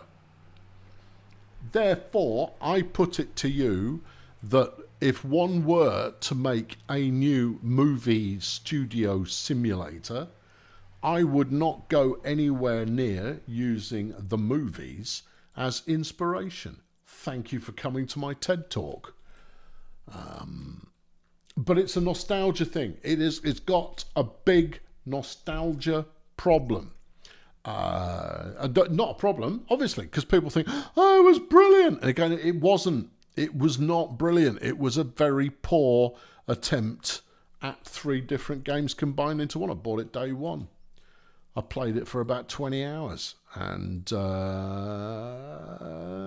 wasn't that impressed with it. It's the sort of game that I would have played 500 hours of without breaking a sweat, but no. Exactly up my street, as you can tell by other things that I played. It's exactly the kind of thing that I play. But no, it was poor. It was a 6 out of 10. When did the game come out? 98, 99, I think, something like that. Yeah, it came out, and it wasn't very good. Black and White, which was the next game made by the same studio, it showed exactly the same problem. Where Black and White was the most incredible thing you'd ever played. I talked about this recently. It was the most incredible thing you'd ever played for the first 30 minutes. And then after that, it was boring, rubbish, repetitive hogwash. Thank you very much for coming to my TED Talk. Oh, yeah, I'll quite happily smash through nostalgia behaviour. Yeah, no, Black and White, poor. You've never heard of the movies? Okay. I mean, it's one of the holy grails of your Tycoon fan from that era. Why not do a TED Talk? Yeah, I think it's. I mean, it'd be a lovely thing to be able to post on LinkedIn and go, "Hello, I'm doing a TED Talk." No, not TEDx, the one where they let in any old idiot off the street. Kind of go, hello, I collect cans. That's the people who do a TEDx talk. I've had a friend do a TEDx talk. He'd be mortified. I go, it's not grandiose. They let anybody do those. I guess someone else is running Stop Grinder. You played the movies a lot and you enjoyed it. Fine. There's no shame in enjoying a game that somebody else thinks was bobbins. No, not even slightly. I am allowed to be wrong, but also I'm allowed to give a subjective opinion. Yeah. No, you see, I'd go and do a real TED Talk, but they tend to reserve those for people that are doing things like, I don't know, curing malaria. And you're going to go, oh, yeah. I'm not quite on that scale. You think the movies would be better suited as a base Minion game? No, I don't. And that's because I was going to do a video on how to make a game about running a video game studio. Because nobody gets it right. Everybody is doing they're aping what's it called? Game Studio City, Tycoon City, Hero. Whatever the hell it was called. The mobile game. The one where the numbers come out of the head, right? They've ripped that off and developed it. Game Studio Tycoon Hero or some such. Whatever. Where do we sell this? Game Dev Tycoon, I think it was called. Regardless, I think it's the warehouse. everybody's nicking that as a formula. even the really good ones like Software Inc., same formula. It's all just make the numbers move. Yeah, no, Game Dev Tycoon is the game I was thinking of. Yeah, with the dots coming out your head. And they're fine and enjoyable, and as I demonstrated with Mad Games Tycoon, you can have plenty of fun with it if you use your imagination.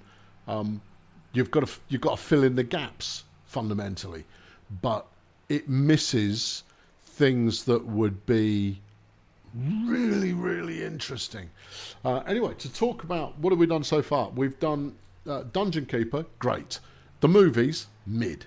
And then Evil Genius. Evil Genius has a problem that it doesn't let you be evil. It allows you, and it doesn't let you be much of a genius either. It's trying to do comedy, spoof villain stuff, and I'm fine with that. But I fell out of favour with Evil Genius 2 when the same flipping super agent would turn up over and over and over and over again, despite the fact that I'd set them on fire, fed them to sharks, all of that business.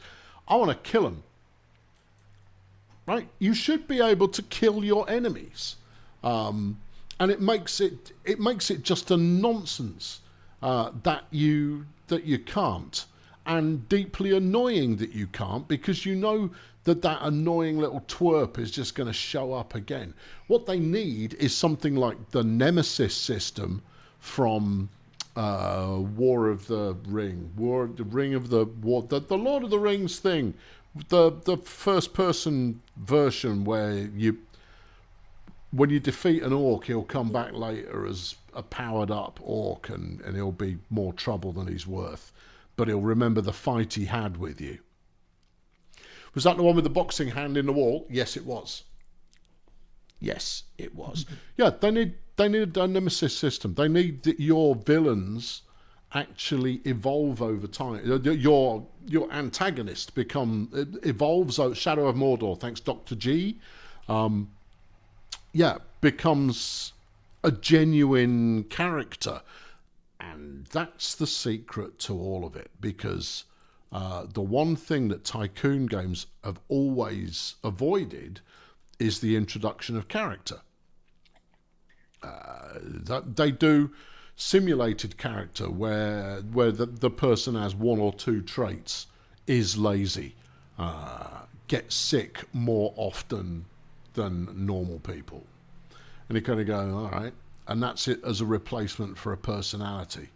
Whereas anybody who's ever worked for a living with other people knows that personality is absolutely everything. Avoid this bit for a sec, Fred. It's well lumpy. I'm going to try and smooth it out. Yeah. Keep going. I'll try not to go over the work you've already done. But I just want to try and... I mean, what are these? Are these little assets placed on top, or is this a bit of terraforming? Oh, these can be broken up, can't they? Rocks? Can't they be broken up with a drill? Yes. You do need either an excavator or a skid steer, though. Okay. Can you be an admin? Because I've got pro admin skills that will just deal with it. Because I did the cops thing, the rock breaking as part of the tutorial, and it was boring. Okay, I'm not getting rid of the ploughing. I am just getting rid of the snow. That is acceptable. Why is that still? What the? Yeah, no, these are good. These rocks are going to need breaking up. Is there a prison nearby? I know it was a weak joke, but it was there, and I will always pursue a weak joke if it exists. Yeah, squid scare. Yes, a squid scare. A squid steer? I want one. A squid get scared. Yeah, the Nemesis system is currently patented, which is why more people can't do it, because it's just such a great idea. You'd have to come up with something that wasn't the Nemesis system. You'd have to call it agentic memory or something along those lines. But such a great idea, and the problem is the people who own it is Warner Brothers. And they make like one game every 3 years and it's terrible. That's an exaggeration. They make one game every 3 years, and if you like action adventure based on a movie license, it's all right. Gonna get Squid Scare and a rock breaker and we try and break them up. Yeah, bring the squid. Drop a squid on it. Squid that thing one time. I'll park on top of it so you can get a fix on the location. I've lost it. No, I haven't. It's over here. It is a bit lagalicious over here, though. Quite a bit of treeage here. Do we own these trees? If she wants to continue the plan, they can. I don't probably. Yeah. So, Evil Genius. If I was to remake it, I would have those agents evolve over time. I would have it so that your base became untenable, and you would need to move.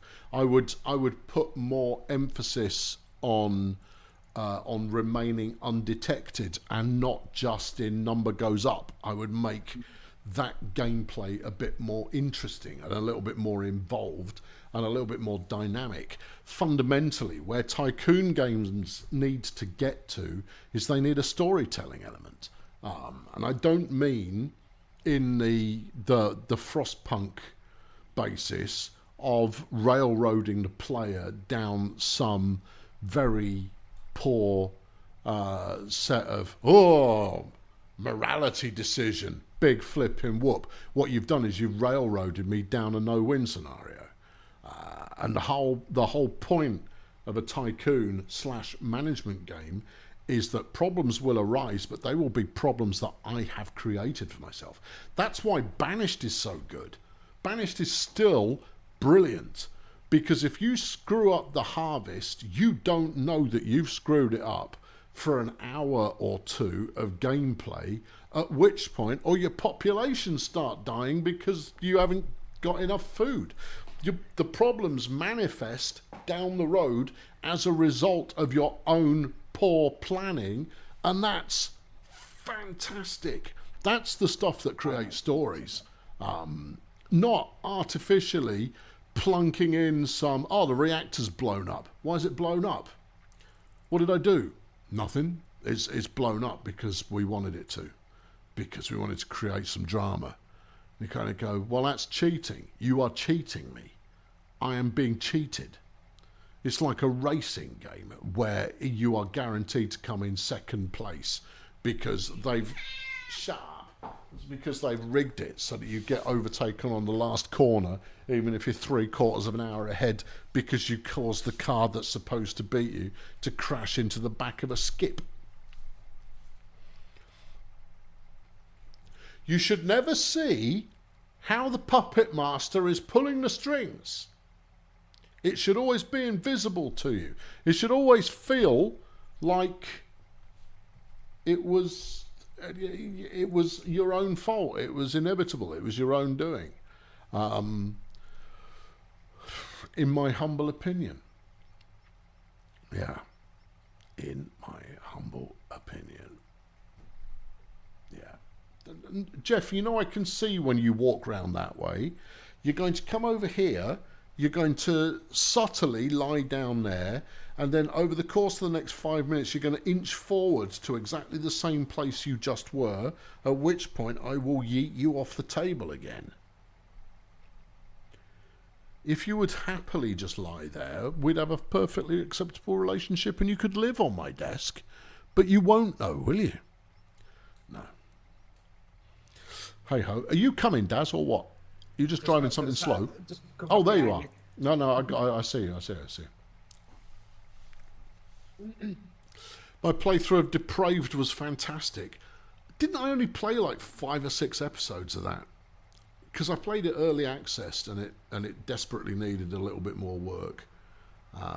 There's a new one coming out next year that is another Wild West village builder, but the only thing that it's got going for it is that it's a village builder. It doesn't look, it's just a village builder wearing a Wild West dress. And that's fine. Village builders are fine. But I think because I've played so many of them, I want to be surprised. Right? Is that so much to ask for? You just kind of go, it's Banished in the Wild West. And you kind of go, right, I played Banished. How is this going to be better? I pitched this to a mate of mine the other day, who also works in the industry. And I said, here's what I do with village builders. Is you go like, let's look at reality. The problem with village builders is you play as God.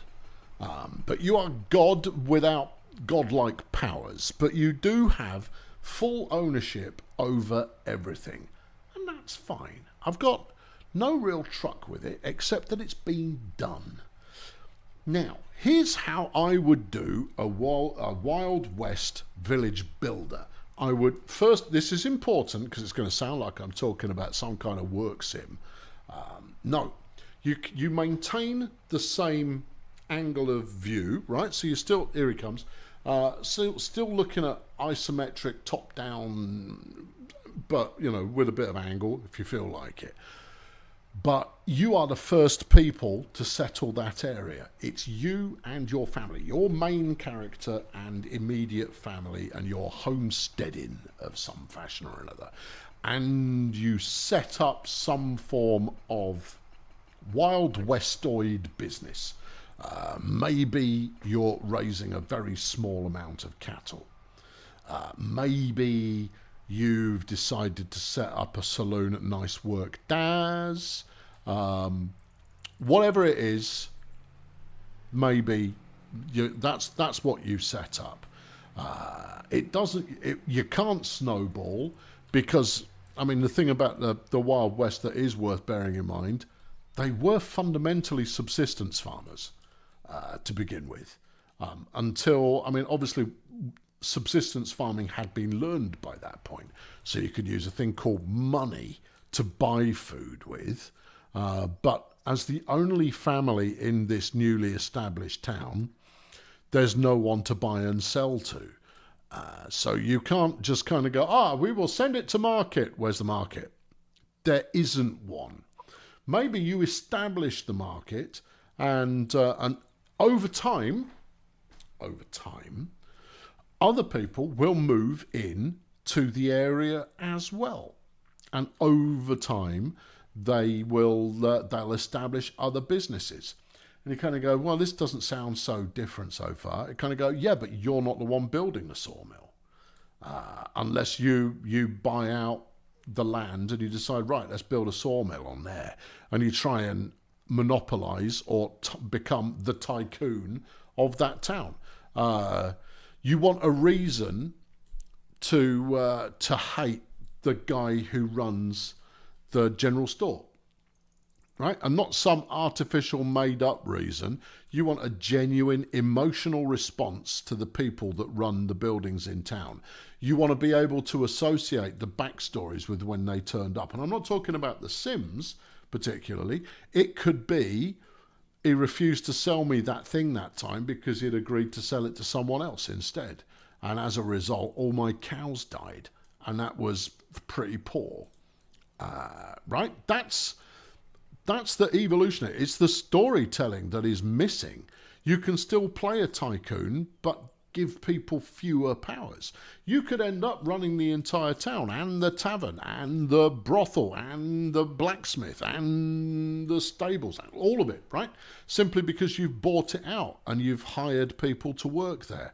And maybe they have some little fictitious easy money line goes up character traits in place of a genuine personality or simulated genuine personality.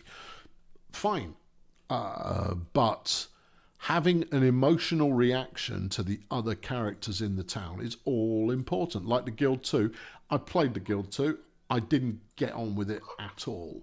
But everything I've heard from people who did play it and loved it is, yeah, that's more like it. That's along the right kind of lines. I think I picked up the Guild 3 as well when it came out, and it was a disaster. So yeah, that's where the evolution needs to come from. Is don't make it so that you have built a sawmill, you have built a farm, you have built enough farms that everything works, and where an arbitrarily introduced weather event makes the crops fail a little bit harder this next year. I mean, okay, because I've seen it, I've been there, I've played it, I've done it. Where's the wow factor? Where's the point at which I'm going to go, oh man, this is keeping me awake at night? Where is the Kingdom of the Dwarves? What's it called? Dwarf Fortress. Where is the Dwarf Fortress? You know, there's a reason that RimWorld is so. You want to see horses? All right, I'm going to take a horse for a ride. I mean, there's a reason that RimWorld is so fondly regarded and has sold so many chuffing copies, is because it does have personality. And you do care about the individual people. Sure, it's a village builder on a much smaller scale, but it works. There you go. Thank you for coming to my TED Talk. So yeah, but that's how I would do a village builder. But you would have it on a similar scale to a regular village builder. A regular village builder, you end up with a village of 100, 150, 200, 300 people. And I mean, it was said that for most people, they max out in terms of relationships that could be described as friend-like at around 120, something like that, because we're not engineered as a species to have more friends than that. You might have a few more acquaintances than that, but in terms of close friendships, no, about 120. What would be the ultimate Dungeons and Dragons computer game? Well, what you're talking about is the ultimate. I won't go for Dungeons and Dragons as an example because I don't really play fantasy stuff. The best role-playing game. Well, obviously the best Dungeons and Dragons game is Neverwinter Nights 2, because it actually incorporated a Dungeon Master client and an incredibly robust map maker to make stuff with. I fiddled with that quite a lot, and it played using the D&D toolset. Super. Yeah, the challenge is one of how do you make the fixed environs of a video game system act as though you have the freedom of self-expression that a tabletop role-playing game gives you. And the answer is AI. That's the only answer. That's the only thing that will get us there. Nobody likes it as an answer, particularly, but it will get us there. Yeah, it absolutely will. What? No coats for the horses in the winter situation? No, they've got paraffin outdoor seating heaters going on. These horses are directly contributing towards global warming. Blake says 120 friends. I think my max is 3. It's the number of relationships you can adequately maintain before it starts to become too big and they become acquaintances. Obviously, that's like an average. For some people, it's going to be more. For some, it's going to be less. But fundamentally, that's the kind of capacity rather than a hard limit. But there was a decent amount of scientific research done into it. Yeah. Double A Chucky says 101 Fahrenheit in Virginia. That's warm. Yeah, that's not what you want.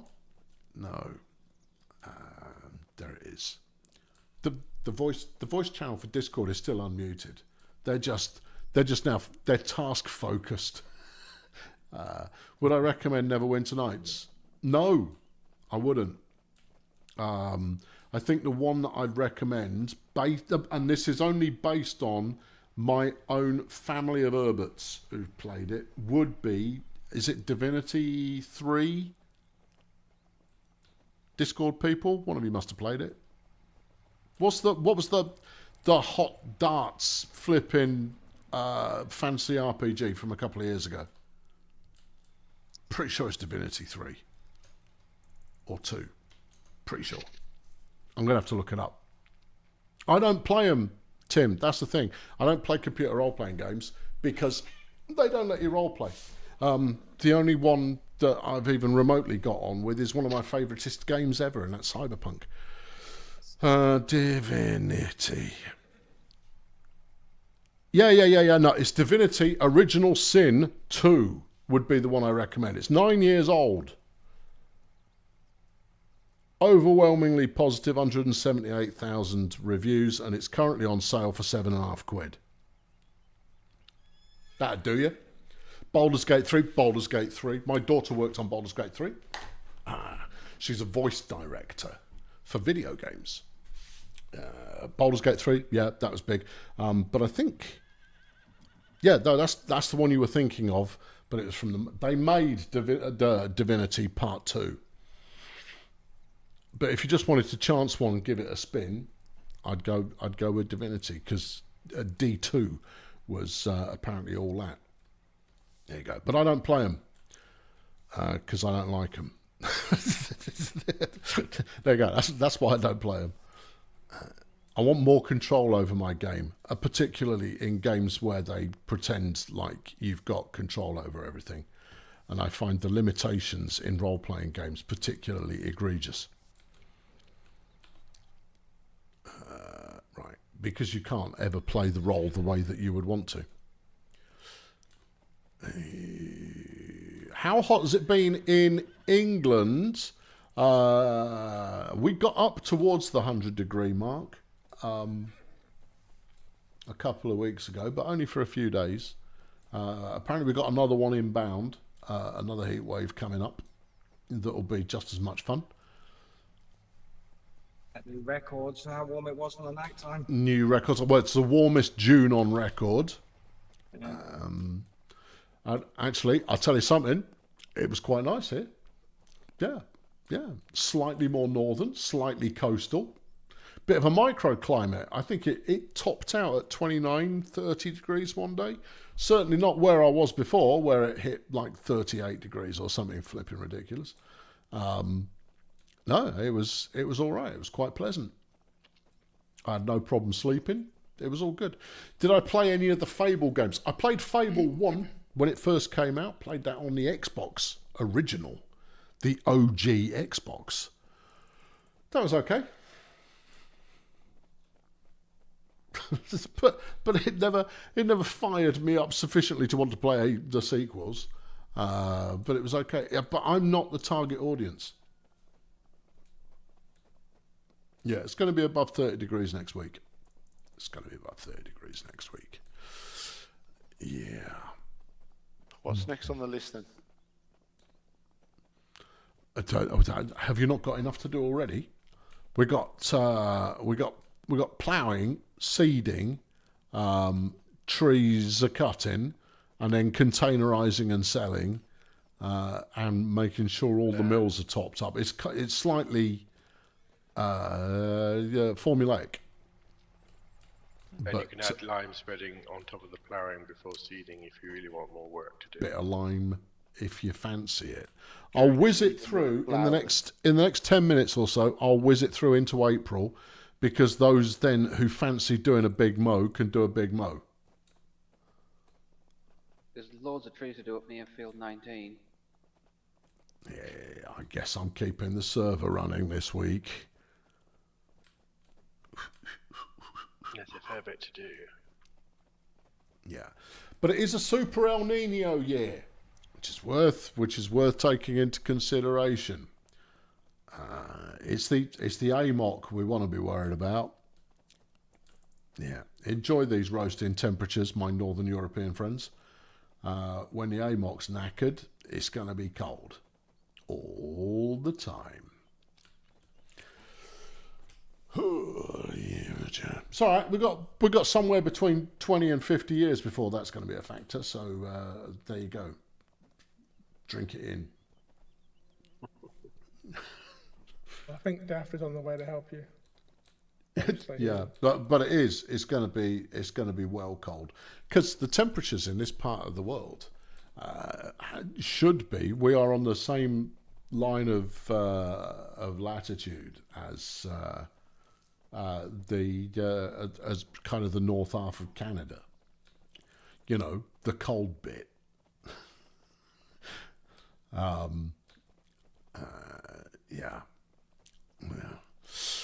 There you go. Yeah. 30 is hot, 20 is nice, 10 is cold, 0 is ice. That's about right. Yeah. That's about right. I would say 10 is cool rather than cold. But horses for courses. It's going faster than expected. Yeah, I know it is. It's got scientists well concerned, but they are also trying to fix it. They've got a few things to try and stop it all from collapsing. For those of you who don't know, and I'm sure it's not many of you, you're all quite a clued up bunch.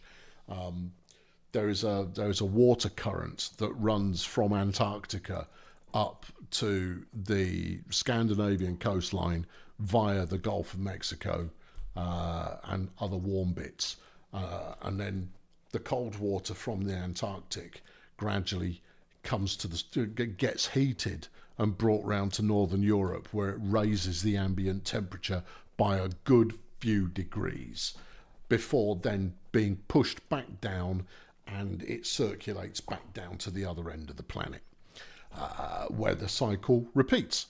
And that's what allows Northern Europe to stay as warm as it does compared to how cool it should be.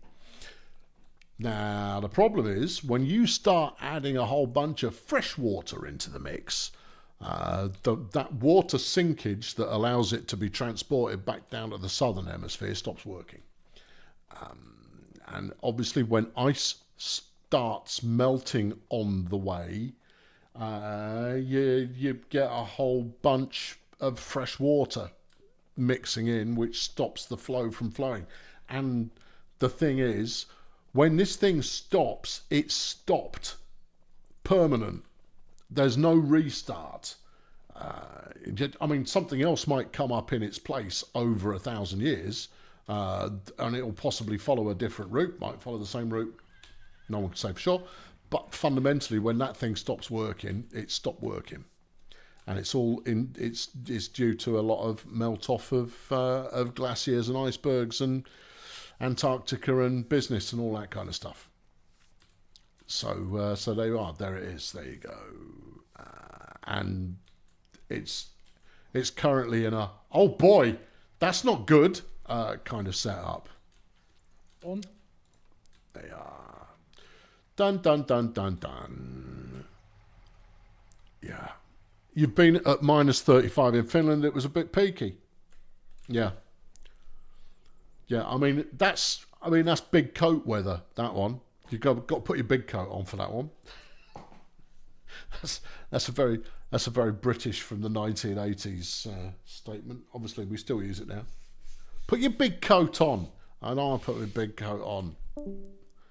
Going out wearing a light jacket in the middle of winter. So there you go.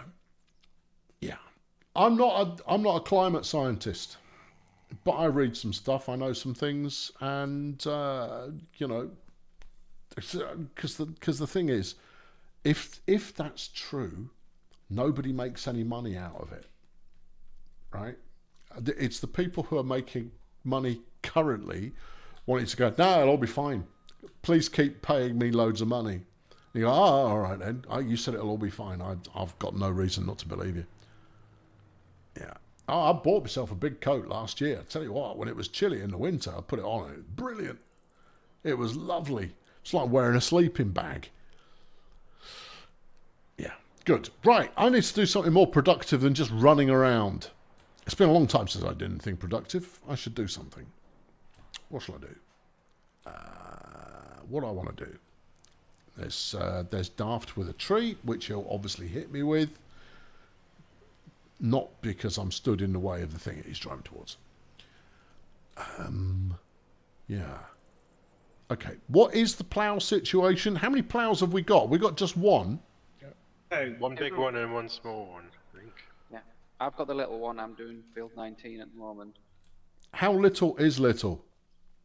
What happened with this trailer? And why did no one own up? 5 furrows. You know, this trailer's gone wrong. Oh.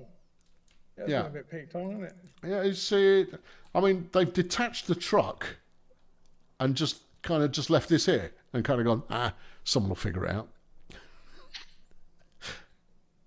There's So- enough money to buy a big tractor and another big plough if you want to. The thing is, the Lord's fence can tow the big plough quite comfortably because 360 in the fence 400. I'm using that for the big cedar at the moment. Yeah, that's the problem. This has Yeah. got a dolly on it. That'd be So enough large ones. someone in a tractor did this. Oh, we've got CSI trailer wreckage. I like it. Someone with a tractor did this. You can tell. Yeah, this was no truck driver. Oh, really? You How can can you tell tell? by the tracks They're leaving the clearly scene. left-handed. Yeah. Ah.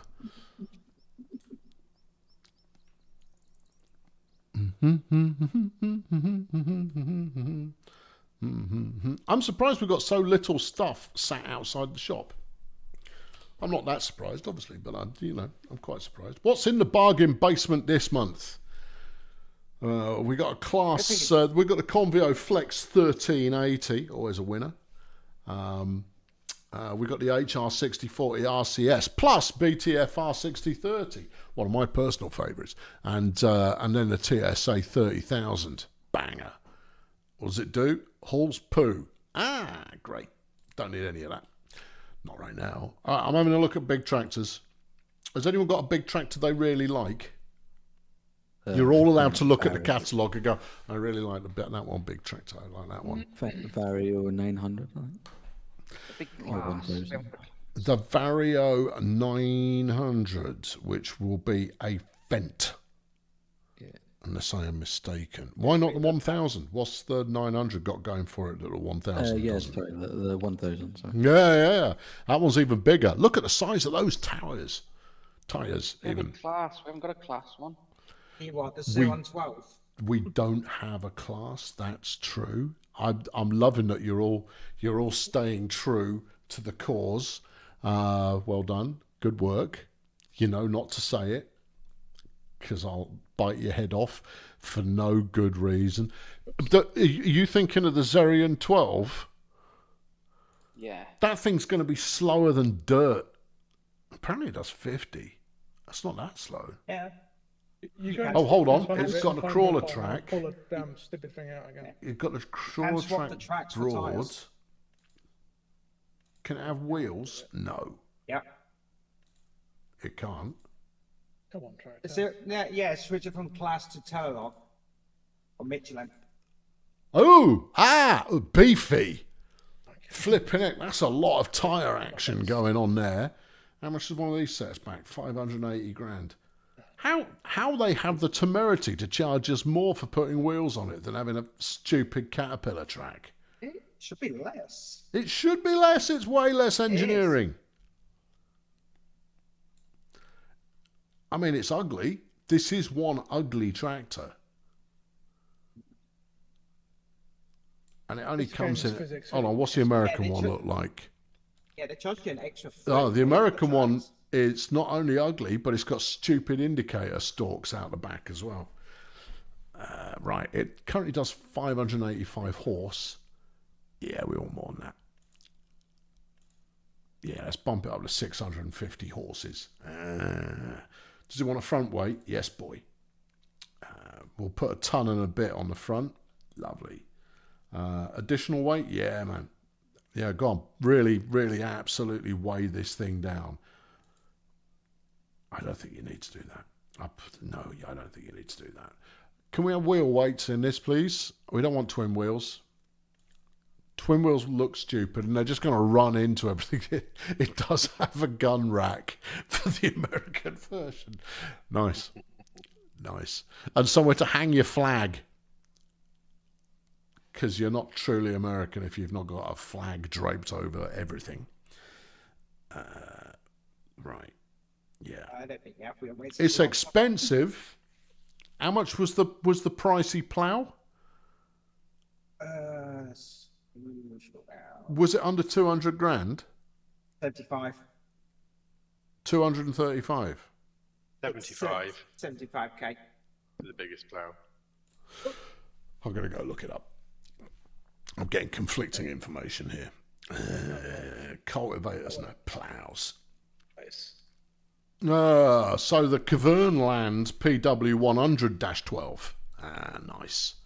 I like it. The design, standard or pimped? Well, you don't need the pimped version. Those stupid roller things that go along with it are completely superfluous. Yeah, right. Okay, big plough now appearing at the shop. I'm going to take it for its maiden voyage, but someone can hijack it off me shortly.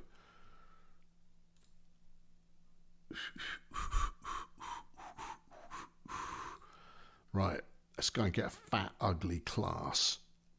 I'm not happy with it. No. I forgot about temper to stop grinder. Oh. What does a class do that the Case H doesn't? That's class, obviously. Well, yeah. but we haven't got a case either. I've got enough red tractors. Yeah. Oh, the Case H you can have. I don't know. Yeah, I know we just customized that class, but if you've got the stream open, take a look at this eyesore. Sweet Jesus. Oh, gosh. The only trouble with them is they're articulated. Oh no, they're articulated. Yeah. Oh dear me. I do not want. No. Why would anybody want that? Why would you do that to itself? Right. And then you've got a couple that don't exist, and then we're down to a slightly cheaper Fendt with a Caterpillar track. All right. Fat class it is then. It's just, yeah, tank steering. All right. Anyone got a favourite tyre brand? Anyone? Not really. Michelin. That's a. I'll name one, but I don't much care, and frankly, that's a weird question. Good, right? Yeah, give it all the beef. Bang it. Yeah. Bang it. I'm banging out a class. There we go. It's an absolute monstrosity. Super. Yeah. Just because it's got a reversible cab on the Lego set does not mean it's got a reversible cab. All it means is you've picked the cab up and turned it round the wrong way when playing with your Lego. Actually, the tractor in game one does. Right, there we go. Well, this has got all-wheel steering. That's dramatic. There you go. I've got my Cavernland. All right. Show the dog the whippet. Whippet is a dog. All right. I'm on my way with something ostentatious.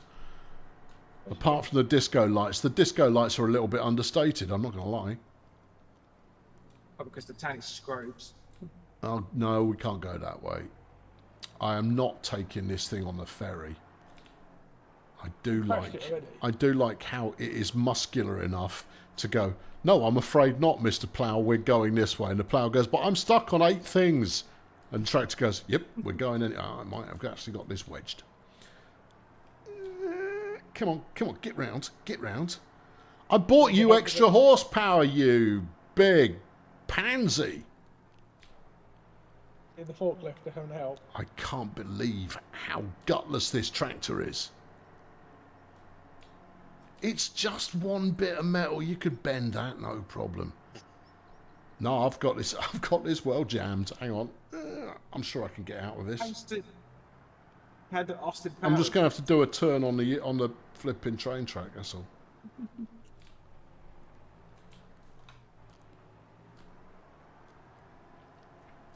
All right, fine.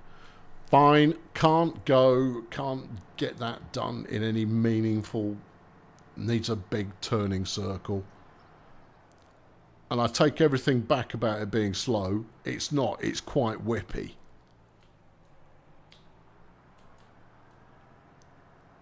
I like it. It does make me feel like a big man.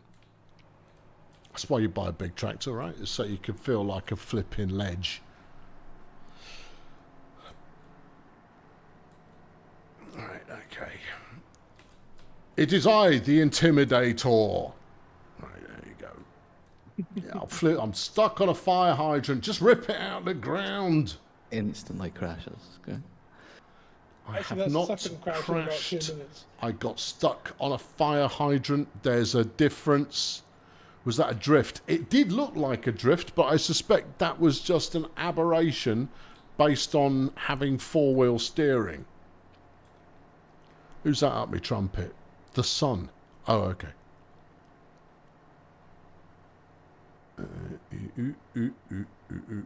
Oh, my. Sporting a bit of... You don't want to be wearing short shorts while you're driving this, because people are going to be able to see exactly what you're wearing underneath them.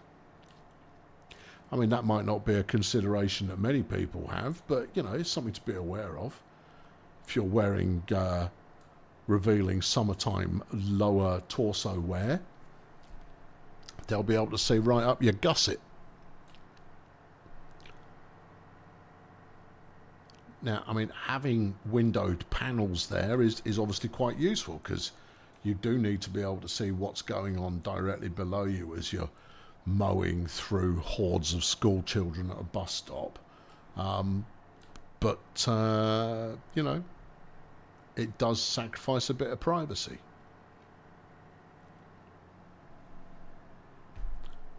Look, you the lack of anyone going, huh, there, you see, makes me go like, really?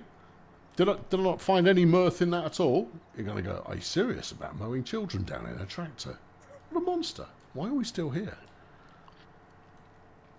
I support it. Oh, you just nods of agreement. Give an argument, yeah, are you? facts.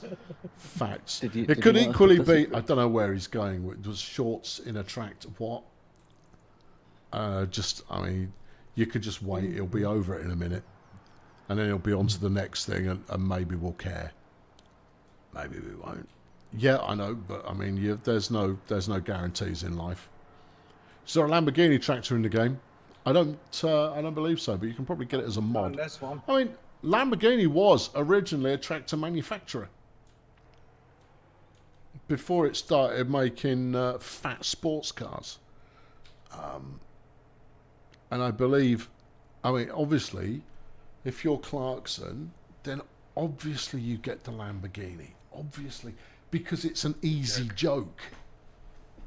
You either have to get, you know, something that sounds woefully inappropriate, like a Lamborghini, or you have an unnatural, unnecessary level of bias that is vaguely inexplicable.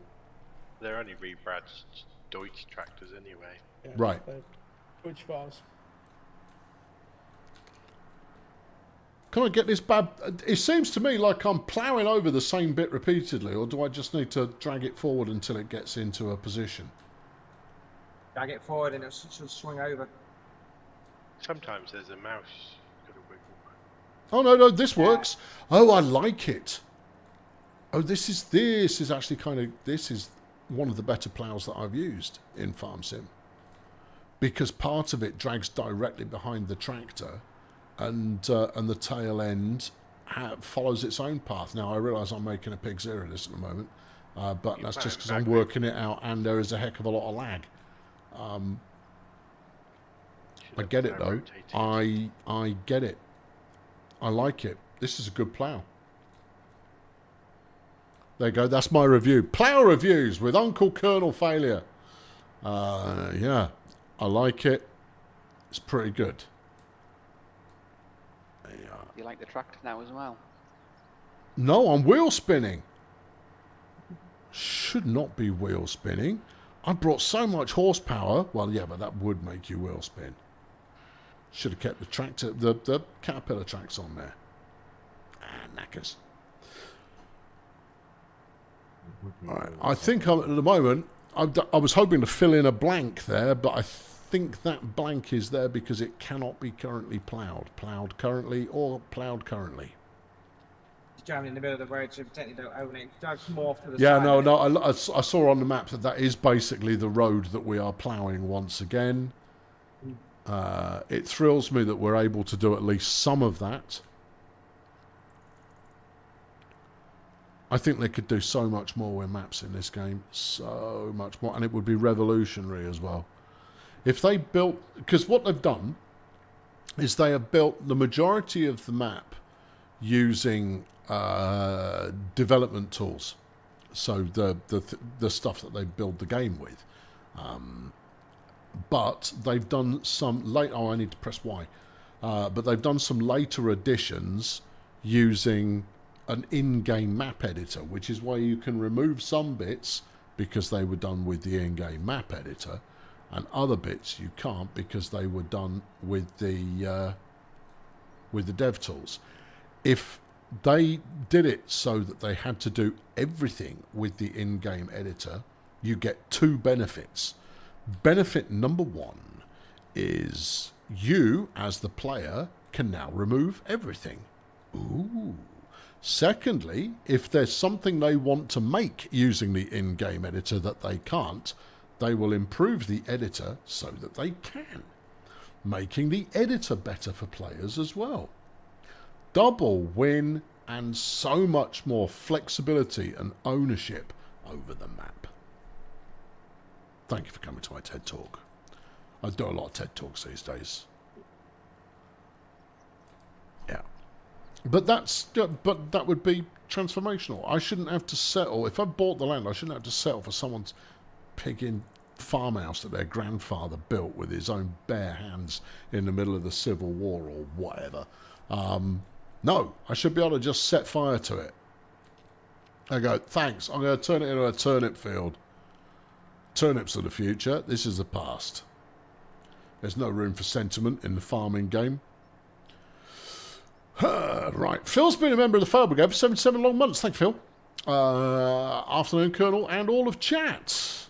Afternoon, Phil. If you're saying afternoon, how's your 4th of July going? Are you having a banger? Are there fireworks waiting to be launched aplenty later on?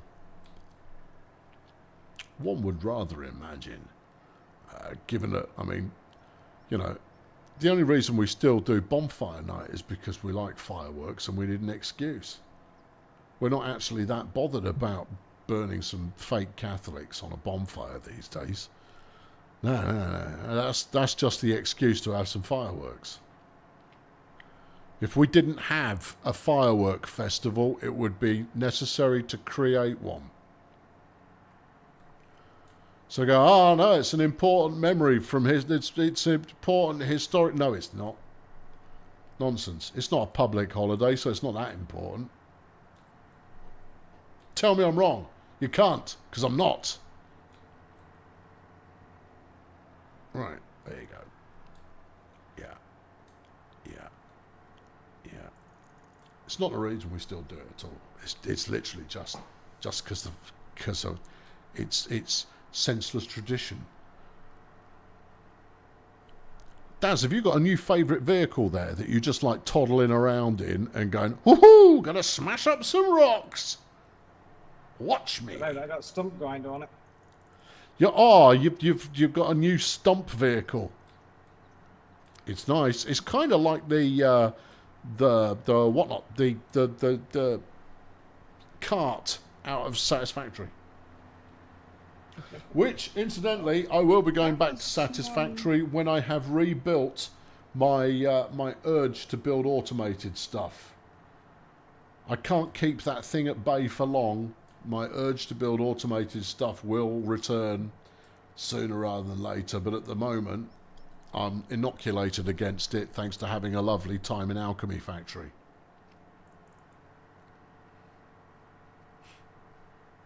Which I have uninstalled. I can't be trusted with it.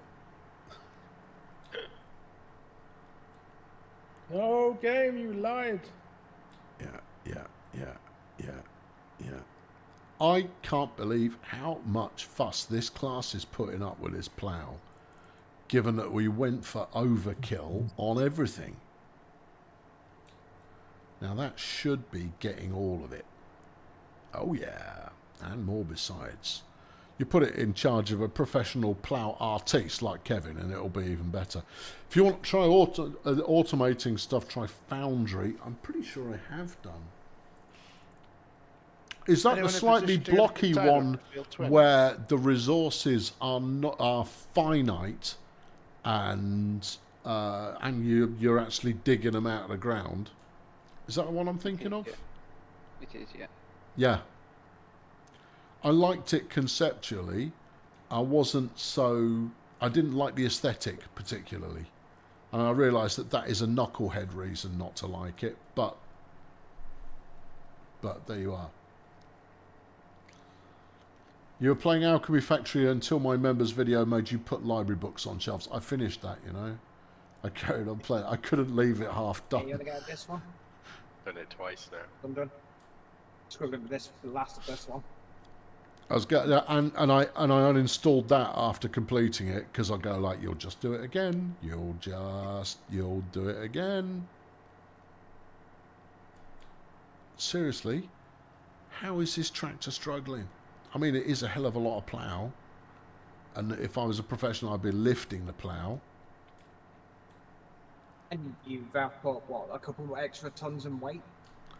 I put them on the front, though, in order to make sure that I was getting all things gripping at once. It's supposed to avoid wheel slip, but I'm still sliding around like a wrong 'un. Yeah, the snow is...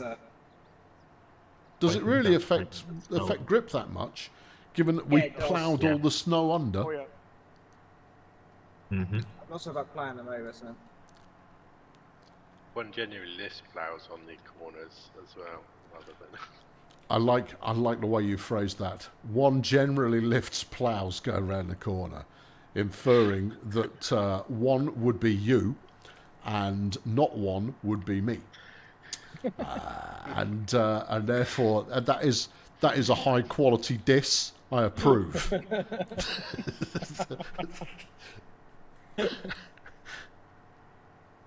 It's a very very polite high quality diss.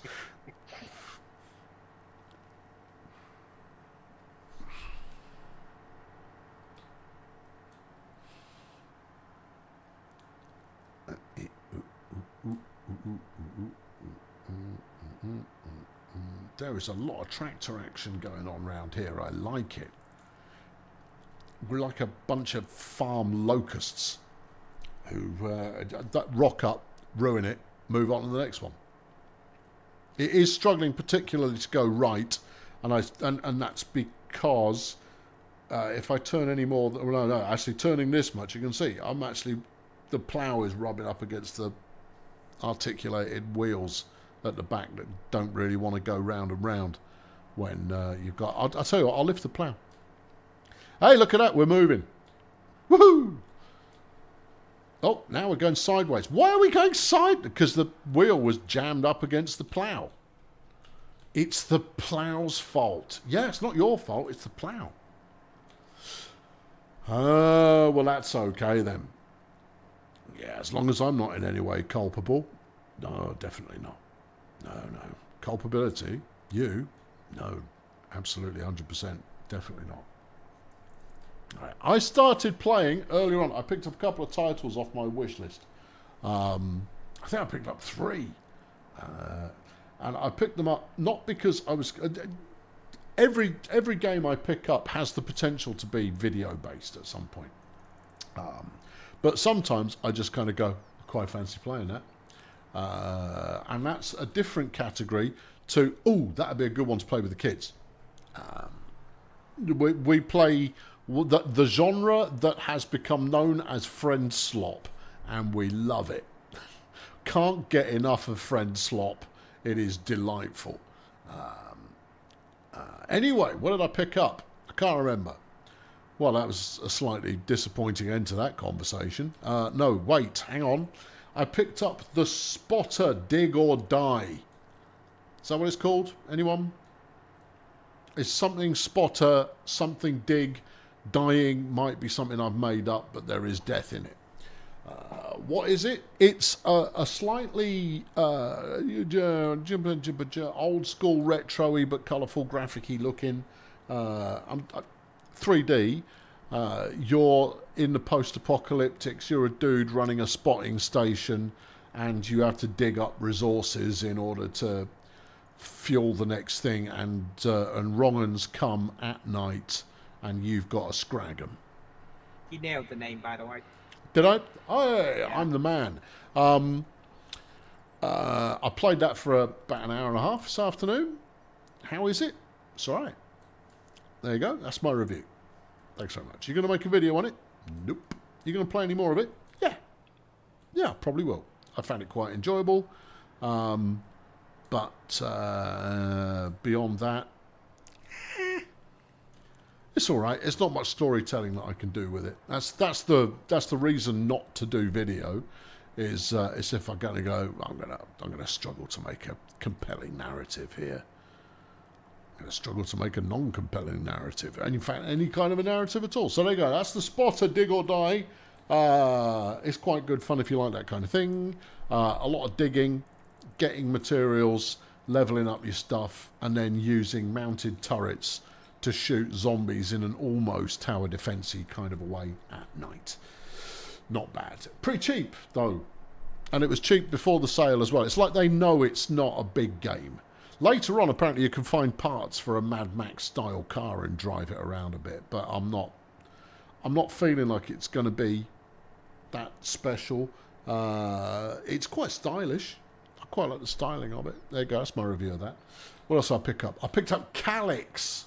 Calyx, which is a real-time strategy in a very old-school kind of a way. You're mining on mining on an alien planet. Classic RTS kind of view about it. What's quite nice is you have to fire the resources into space to turn them into money. But if you don't, then you can actually spend the resources on stuff nearby. That was quite a nice touch. And the Calyx in question, it's not really a spoiler, but it's not self-evident from the title, is the alien plant life that is going to try and mulch you. Yeah. That's quite good. It's difficult. I'm playing through the campaign. About 5 or 6 in. It's difficult. It's not easy. And the tech tree is such, it doesn't quite give you enough choices. It is early access, and therefore it might be better later, but I'll have stopped playing by then, so who knows. What do I think of it? It's quite good. It's all right. Quite like it. I've been looking for a good old school RTS for a long time, and I think now I might just hold out for Dawn of War 4. Even though it's Dawn of War is not an RTS that I'm particularly go like, that will scratch my RTS itch. It's more a case of it looks like it's going to be a pretty good game given what they've used as inspiration for it, which is earlier Dawns of War that weren't universally hated by everybody. What do you think of the Total War 40k? I am looking forward to it. Even though, I mean, I think I've bought like 5 or 6 different Total War games, and I have never once been good at any of them. And I'm not some masterful video game player by any stretch of the imagination. I've played a lot, but for some reason I can't get on with Total War. And it doesn't... It's because you can't run enough armies to protect what you've conquered. So you end up going round and round in a vicious circle and losing everything you just gained. Which always leaves me feeling a little bit, it's like I really like the battles, even if they end up being a little bit repetitive. I like them anyway, and I win more than I lose of those, especially when I absolutely outnumber things. I thought I haven't picked up Total War Warhammer 3. I do have 2 and a heck of a lot of DLC for it. I quite enjoyed it, but it's a game that I would go into knowing that I'll play like 4 hours and then it'll be pointless after that because I'm obviously going to lose. It's a weird one. Quite enjoyable, but I've never understood how to manage your kingdom if you're on rapid expansion. It's never clicked for me. So, will I buy the 40k version? You betcha. Totally. Not least of all because I've got AdMech, which I'm well into. So, yes, that's the short answer there. What was the third game? I bought a third one and I played it earlier today. Oh, Monster Train 2, which I will need to uninstall because I loved Monster Train. It's Slay the Spire style card battler / card unlocker on a train where you're fighting off demons. Any questions? It's very, very, very, very good as those kinds of things go. I think that'll be overwhelmingly positive as far as the review scores go. But yeah, I've had that on my list for a while. I played it. It's a little bit more complicated than the previous one. That's something that quite a few games companies do, is when they make the sequel, they take what was great about the first one, keep it, but make it much more complicated. And you kind of go, the simplicity was part of what I really loved about the original. But hey ho, no shade. I've played a couple of hours of that, and it's rather good. But I probably will have to uninstall it. Why do I uninstall games that I like? Because it stops me doing the things that I need to do rather than the things that I like to do. Herself observed, and this was quite a few years ago, she observed that I needed to find time to play games just for me rather than ones that were always with an audience in mind. Very smart woman, my wife. Very smart woman. Smarter than me. And I collect cans. So there's that. But I haven't found a game that has completely compelled me that I haven't then immediately thought, this would make for great video, Since Cyberpunk, maybe No Man's Sky. But I don't like No Man's Sky. But I keep playing it. No Man's Sky is not a very good game. It is a fantastic suite of prettiness. And that's really all it is. But if you're making a game, right, and you've kind of gone, our world has 200 bajillion procedurally visitable places. I can tell you for a fact they'll all look the same. Procedural generation is not all that. Even something like Diablo, right? I played a monkey load of Diablo 3. Ooh, I could go and play Diablo 3. I haven't played it in ages. Yeah. I thought Diablo 4 sucked, but I do like Diablo 3. Yeah. Diablo 4's got the Burnout Paradise problem. And that's fine. Lots of people seem to like it. So I'm the one that's wrong, despite the fact that I'm right. What?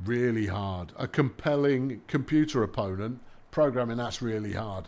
Whereas you don't have to program it if they're playing up against other people. Huh? Yeah. So I'm not saying that's the reason. I'm just saying it's a benefit of doing PvP only. Now, the problem with PvP only is you're going to have winners and you're going to have losers. Now, I'm going to draw you a bell curve. You're going to need to use your imagination. It will probably go the wrong way, but you will get the gist. Here's your bell curve, your classic bell curve, right? At this end, or that. No, there you go. I'll look on there because it will show me what you're seeing. Jeff, stop hitting the mouse. At this end, they're your winners, right? So the person at the very farthest of this end wins every time they play. Nice. They love it. They're well into it. They think it's brilliant. Right.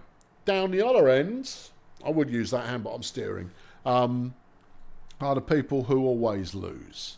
Now, only a very rare breed stick around if they lose every single game. More likely than not, they're going to go, I mean, I kind of like it, but I guess it's just not for me. So they leave the game. And that means the person that was losing 99% of their games is now losing 100% of their games. And before you know it, they leave. And your bell curve starts moving shorter and shorter and shorter and shorter because the winners are still winning. And because they're having a lovely time and winning all the time, they stick around. Whereas the people that are losing more than they're winning, they start losing more and more and more and more, and they leave. And so before you know it, the players who were originally winning like 50% of their games are now losing all the time. And so they leave. There is only one solution as a game developer to this, if you are going to do PvP, and that is keep tipping rookies into the game. Loads. You have a retention funnel where you start with this many players, and at various stages you lose them and you end up with that many players. So you have to keep chucking gajillions of players in the top in order to maintain enough players at the bottom. And you're going to go, well, why is maintaining enough players a problem? Do you know how many players you need who are active daily in order for a 10-player game to be able to be filled 24 hours a day? The answer is a lot more than you think. It depends on match length, fundamentally. Depends on the number of sessions that are played per player, fundamentally. But in order to make it so that if you, as a player, no skill-based matchmaking at all, but if you want to be able to play with 9 other people to play a 5 versus 5 game, you need multiple thousand active players. And you're kind of go, well, that doesn't sound so difficult. And you go, yeah, except it is if you are losing them all the time and not tipping in enough noobs to give players a better chance at winning. And it starts to become a vicious cycle because it gets worse. If you have to wait 10 minutes to get a game, you're more likely to leave and not play and go, oh, stuff it, I'll go and play something else. This queue's too long. Especially if skill-based matchmaking, you know who likes it? Nobody.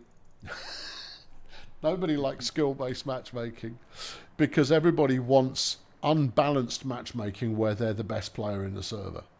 That's what they want.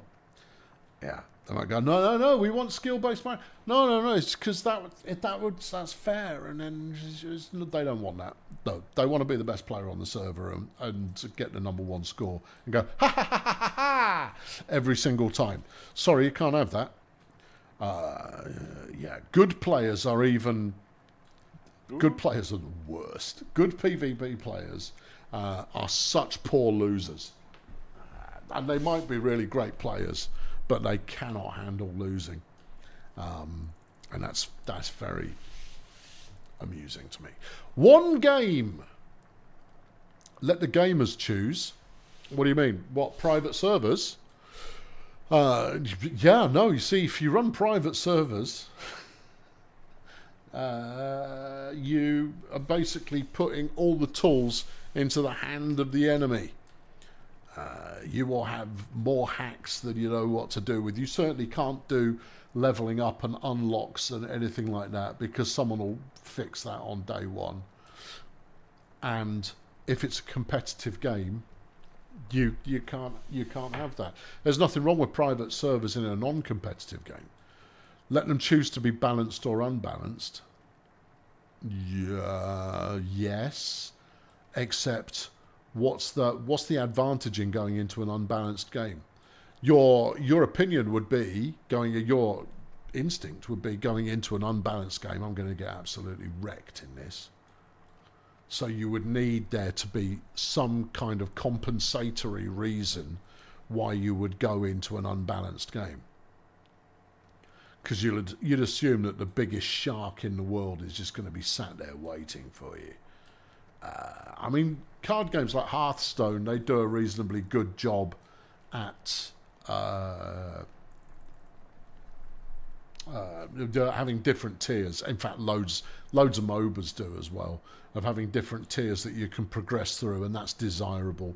There's bragging rights associated with it, and you only play people who are in the same tier as you, or you need to beat people that are in an adjacent tier in order to move up or what have you.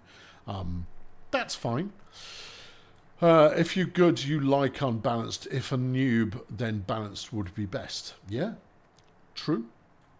It would. Doesn't work. Because the problem you then get is you need at least double the number of players, active players, in order to keep the thing alive. And you kind of go, yeah, we desperately want to be able to make it so that new players have a shot at winning once in a while. But that means you need enough active players for this field appears to have been ploughed. Yeah, what gives it away? The weather. Let's get out. This is ploughed and fertile. I've been wasting everybody's time. Well, I've been drawing a nice circle. Yep. I think the map would have actually told you that this is a field what is done. Oh, look at it. So it does. In fact, all the fields we own, apart from 34, 35, 44, they don't look like they're necessarily done. Anyway, I had fun doing that. That was okay. That felt quite satisfying. And people won't be able to tell the difference between the bits that were done already and the bits that I've done. Yeah. No, and it comes down to active players. And if you've got a small game with a low number of active players, trying to retain them is a nightmare. And next to impossible, because if the queue's too long, they leave. And so you get rid of any kind of skill-based matchmaking in order to make the queue shorter, and then your bad players leave. Or your less skillful players, let's say, they leave. This has clearly not been done because these fields haven't merged yet. All right, let's do here. All right, I'll get started on it. Someone will do a better job. What would my advice be? Titanfall 2. That's my advice. What did Titanfall 2 do? All right, it's a PvP game. Plus, both teams had AI players as well. And therefore, as a bad player, you could go into a game and never win a single fight up against a human opponent, but still come out having felt like you absolutely kicked people's faces in because you were rinsing bots. The human players were in there and they're ratcheting up big scores. You're not ratcheting up a big score, but you're still feeling like a flipping legend because you're giving the bots a good hiding and they count towards your score as well. That's the solution. And it's the only one that works. And unfortunately, that means you've got to program an AI. The only way to do it in a pure PvP, no AI fashion is have 1 million players.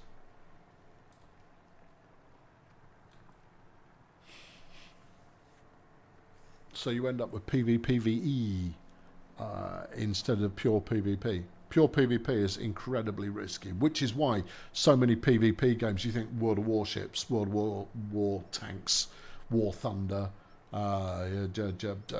flipping League of Legends or Dota or any of these kinds of people, they're free to play. Because it's the only way, Fortnite, it's the only way you can tip enough players into the top of the funnel to keep it afloat. Bam, bam, bam, bam, bam, bam, bam. And of course, the best players are the ones with the most time. So it means kids.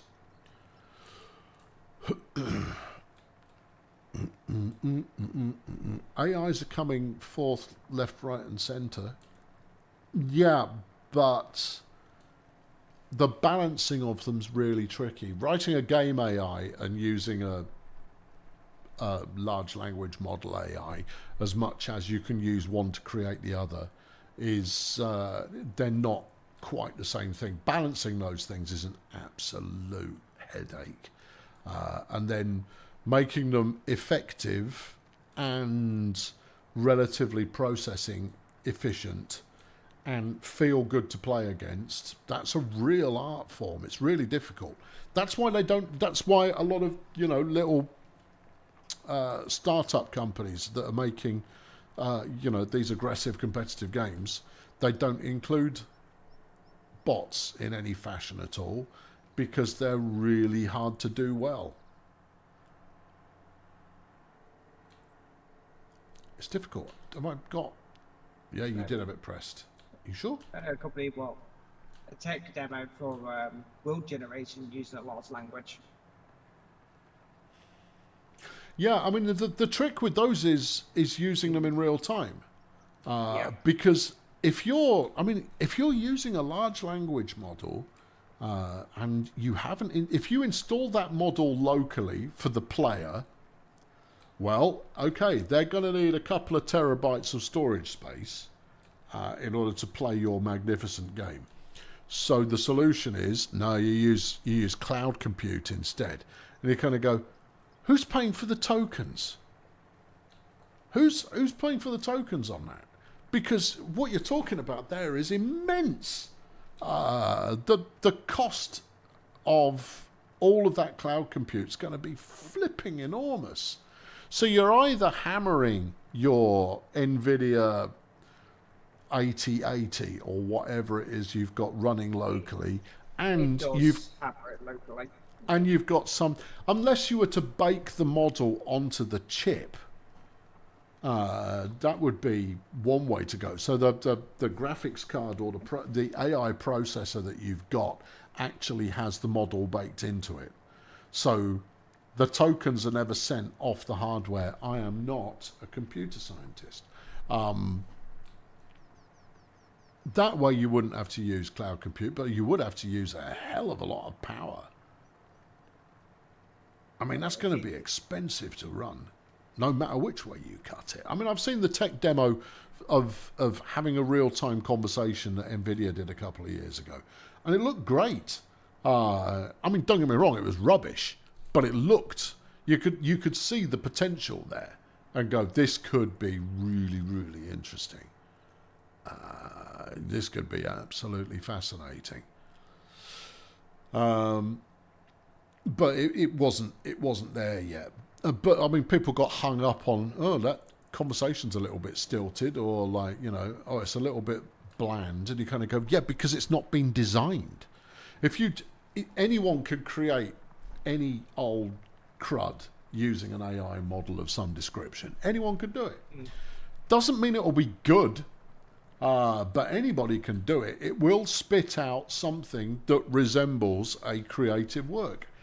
It won't be a good creative work, but it will certainly go like, oh, that's a good impression. You're referring to Prologue Go Way Back. Yeah. I don't know that. I may or may not know that one. No, I'm talking about the tech demo of holding a conversation within a noodle bar. Now, yes. I was referring to it first, and then you moved on to the NVIDIA thing. Yeah. Okay. No. Fair enough. Thanks, Daz. Good context. Yeah. No. So it looked janky, but if you put an AI tool of any kind of tool into the hands of someone who is actually proficient in the discipline that it is replicating, and so instead they are using it in a supporting capacity, you then end up with something good. It's why if you put AI tools in the hands of an actual visual artist, they will come up with something really interesting compared to what would have been come up with if you put it into the hands of a lay person who just writes the occasional prompt.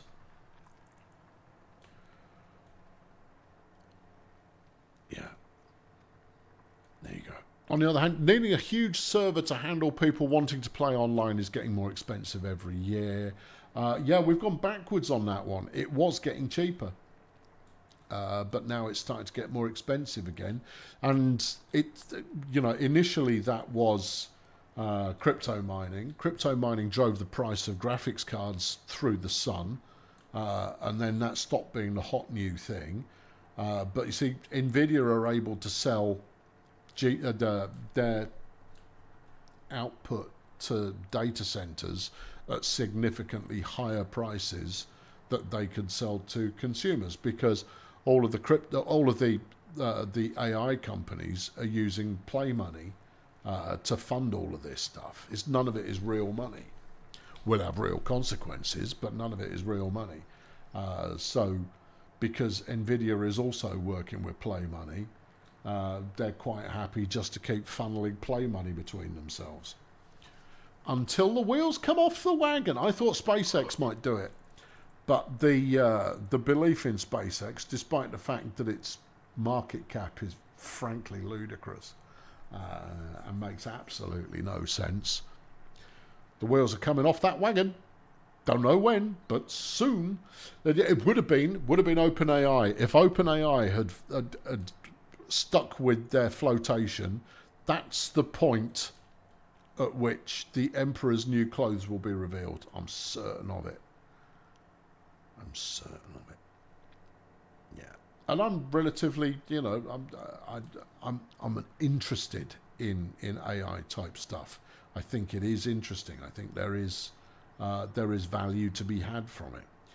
I do think that the world will recover in terms of employment from the AI uprising, because the jobs that it's going to be nicking are jobs that didn't exist 25 years ago. And those jobs came from somewhere, and it'll come round and it'll go round again. It'll result in a little bit of turbulence for a while, or a lot of turbulence for a while, but the species will recover, especially since we're in an era of rejecting an awful lot of 21st century guff. It'll be interesting to see where that goes. It's a great time, let me tell you, it's a great time to start a blog with no comment section. A blog with no comment section that put a little page view counter at the bottom. Brilliant. Yep, you can totally do that. If you haven't got a MySpace page now. No, I'm not kidding. I'm not kidding. Because get yourself up on MySpace, mate. It's going to be. No, it's GeoCities, mate. GeoCities. Yeah. Flipping GeoCities. Now you're talking. And then, well, I'll tell you what. I'll see you over on GeoCities, and we can talk about our latest adventures in Neopets, or Habbo Hotel. That's when the internet was at its best. That's when it was at its greatest. It was young, it was naive, the Wild West was about it, and it hadn't been hugely commercialized. I was thinking of something else. It's not, I keep going Linktree, but it's not Linktree. What's the flipping, WebRing. Get yourself on a couple of web rings. Flipping it, that is old school. What's a web ring? Okay, so if you ran a website, right, let's say you ran a website that was a fan of television soap operas. You wouldn't have been the only one, right? You'd have been called, Get Soapy was the name of your fan site that you'd made on GeoCities. You'd be hooked up with, or you'd meet, because you'd send each other email. You kind of go, I saw Get Soapy on GeoCities. Well, that's brilliant. I run Dynasty or Bust, also on GeoCities, which is a dynasty fan site. Should we be in the same web ring? It was awesome. This is what happened when search engines were crap. So you'd both put the same web ring link at the bottom, and you could click on the link and it would show you all the websites in the web ring, or you could hit send me to the next one, and it would just send you to the next website in the web ring. It was beautiful. It was people working together with technology, and then Google ruined all of that by enabling you to find what you were looking for.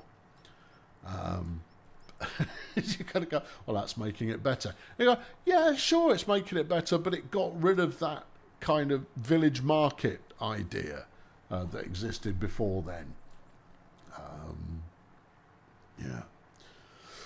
Oh, you think all the people that didn't play with dinosaurs need a little bit more info? There you go. I tried to explain what a web ring was. What was GeoCities? GeoCities was hosting your own website. That's all it was, right? But it was like a web page, but it would insert really crap ads. If you've never seen a banner ad for Punch the Monkey and win $1,000, yeah, old school. Those were the flipping days. I never clicked on it. Did anyone actually punch the monkey? It was obviously a scam, but that flipping monkey got everywhere, and so I don't know what the link was behind it, which is why I never bothered punching the monkey. But I'm sure you could punch the monkey, and it would have just taken you to, give us all your details, and we'll send you your $1,000. I go, will you bollocks? Yeah, so there you go. Yeah, GeoCities was free web hosting. Then you had stuff. So this is Web 1.0, right? Web 1.0, web ring, teletext on the internet. Teletext on the internet. Is that a Silicon Valley reference by any chance? No, that was radio on the internet. Brilliant. No, it was just they were static websites, right? So Web 1.0 was static websites. It was read only, maybe with a tiny bit of interactivity, like what was it called? Tag wall? Was the tag wall? Was that what it was called? Where you'd just stick something in a little text box and it would turn up as a comment on the website randomly. That was kind of where it was going, and you'd do it all through a CGI script or Perl scripts to do all of this interactivity business. And that was Web 1.0, where it was largely, it was read only. GeoCities was a 3 megabyte or some such, just a space for you to do your own HTML. There you are. That was more or less it. Thank you, Sent. I'll undoubtedly see you again. I will be leaving the server up. But yeah, loads of people had it. Microsoft allowed you to publish pages you'd built in front page within some Microsoft infrastructure. And let me tell you, as a proper webmaster, one who hand-coded and would say very rude things about people who used Dreamweaver or Front Page. And why? Because, dear me, did those flipping things put a lot of crap code into... I mean, and HTML's just a markup language.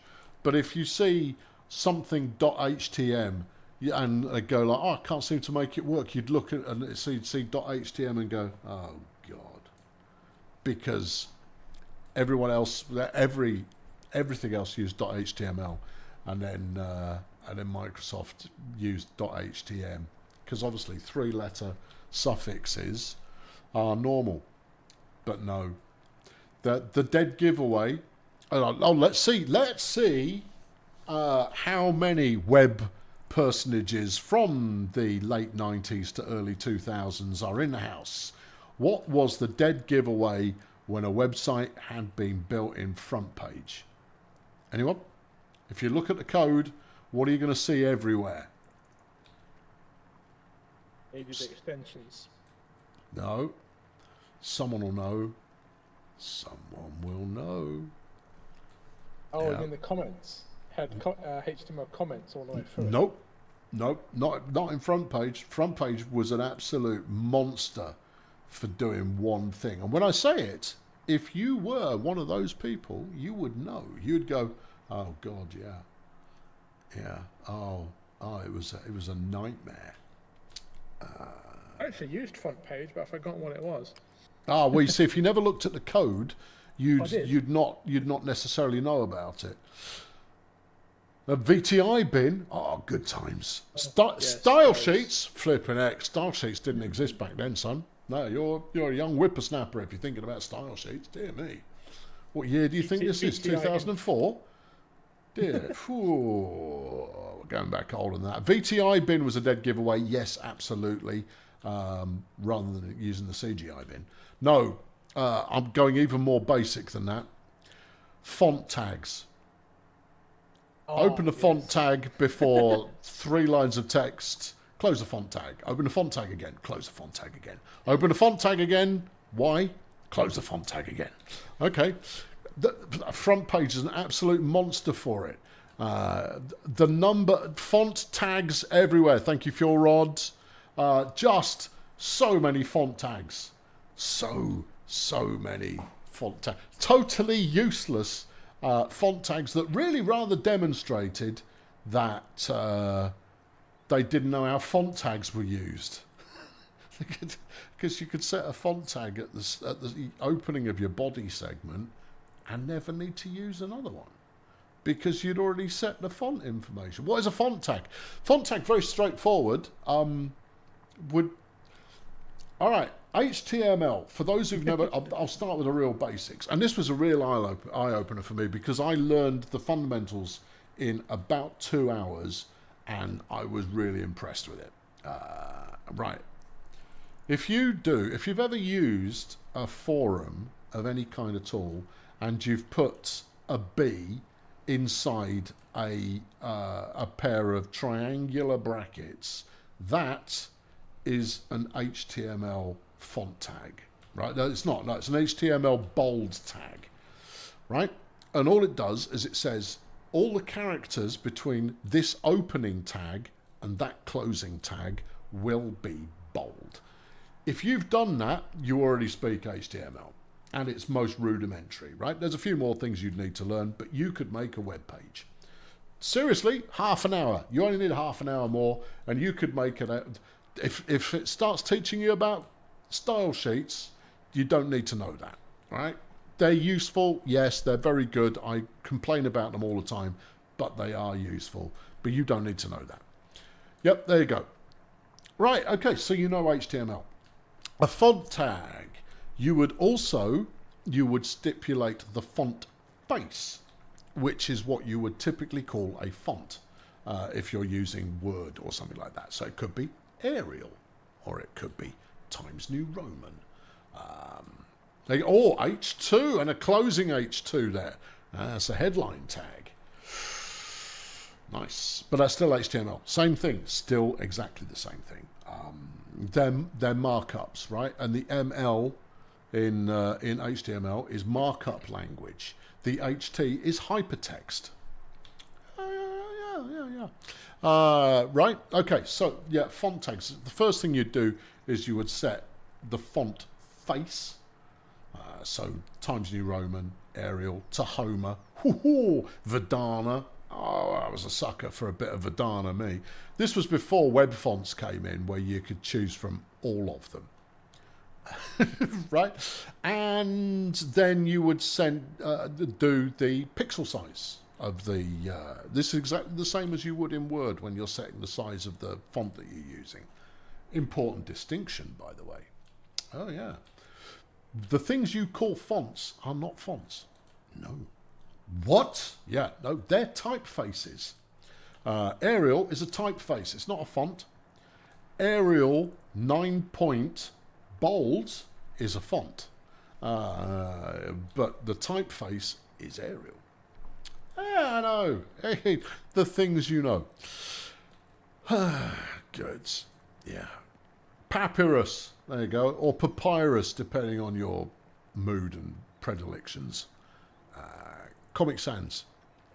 Comic Sans. Comic Sans, which is apparently... No. That's a fact. There you go. You can ruin other people's day now with that random factoid that will make people go, why do you know this? And you're going to go, someone said it. And I went, oh, and now I'm repeating it to you, and you won't be able to shake it off as something you're aware of either. You're welcome. You're welcome. This is the kind of stuff that I just absorb. If someone says something interesting, this is the job you retired from on Tuesday. Nice one, Julie. I like it. Is Comic Sans the one that is really good for dyslexic people? Now, I've heard... Yes. So the prevailing, I believe, at the moment, the prevailing wisdom is yes, it is slightly easier to understand if you're dyslexic, or slightly easier to keep grips on. I'm not dyslexic, so I don't know how best to describe it. Yes, that is the prevailing wisdom, but I think that's a psyop. Not a sinister one. I think it was just a redemption story attempt for Comic Sans. I think it was intended. I read an article by the guy who came up with it originally, where it was intended to be better for those who struggled with typical typefaces. But I believe that has since been debunked by scientific research. I may be misremembering a lot, but certainly if you were to back up 2-3 years, I would have had it in my head that, oh no, Comic Sans is really good for dyslexic people. But I've since read something that contradicts that has some level of scientific leaning. Do your own research. I don't know for sure, only that I don't necessarily hold that that's true anymore. I'm not actually that offended by Comic Sans. I think it's fine. I think the people who choose to use Comic Sans for signs and stuff like that, they're a very specific type of person. Comic Sans just made me think of The Sims as the first 2 games used it. I don't think they did, you know. It looks similar, but I don't think it is. It was similar, no pun intended, but because I worked on it, and I can't remember the name of the font, but it wasn't Comic Sans. You're right in that it was curvy in a similar kind of way, but no, I think it was a purpose-built font for the game. that was designed to be friendly and human.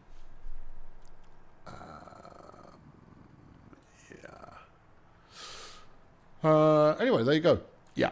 So there it is. Yeah, I've got nothing against Comic Sans. I think it's fine. I think there's a role for it, and I think that there is. I think there is a rather naive beauty about it, given that the stigma surrounding it means it is used by people typically who are maybe a little bit less online and a little bit less tech savvy, and as a result it is a little bit more human.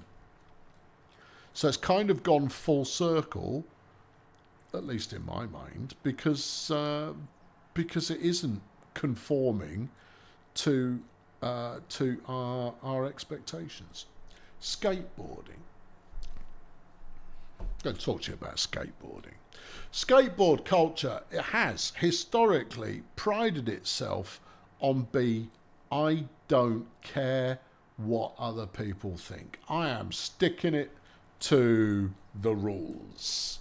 I'm a bit of a rough, tough renegade. Don't get me wrong, I've been a partial sort of skate culture fancier my entire life. I'll wear the garb, I've got the stuff, I'm crap at skateboarding. Right? I would have dearly liked to have been a high-skilled skateboarder, but my centre of balance is just not designed for it. I'm sure with enough practice I could have persisted and been a great skateboarder. I would have never been an all-timer, but at the same time, when I played rugby and American football at a similar age, turns out I was naturally pretty good at it because I'm quite wide and hefty. Okay, so there you go. Didn't have to put much effort in to be picked first for the team. That kind of stuff. So, skateboarders, there's a pushback going on in skateboard culture at the moment to try and destigmatize the wearing of helmets, because you only need to smash yourself in the back of the head once and that's it, job done.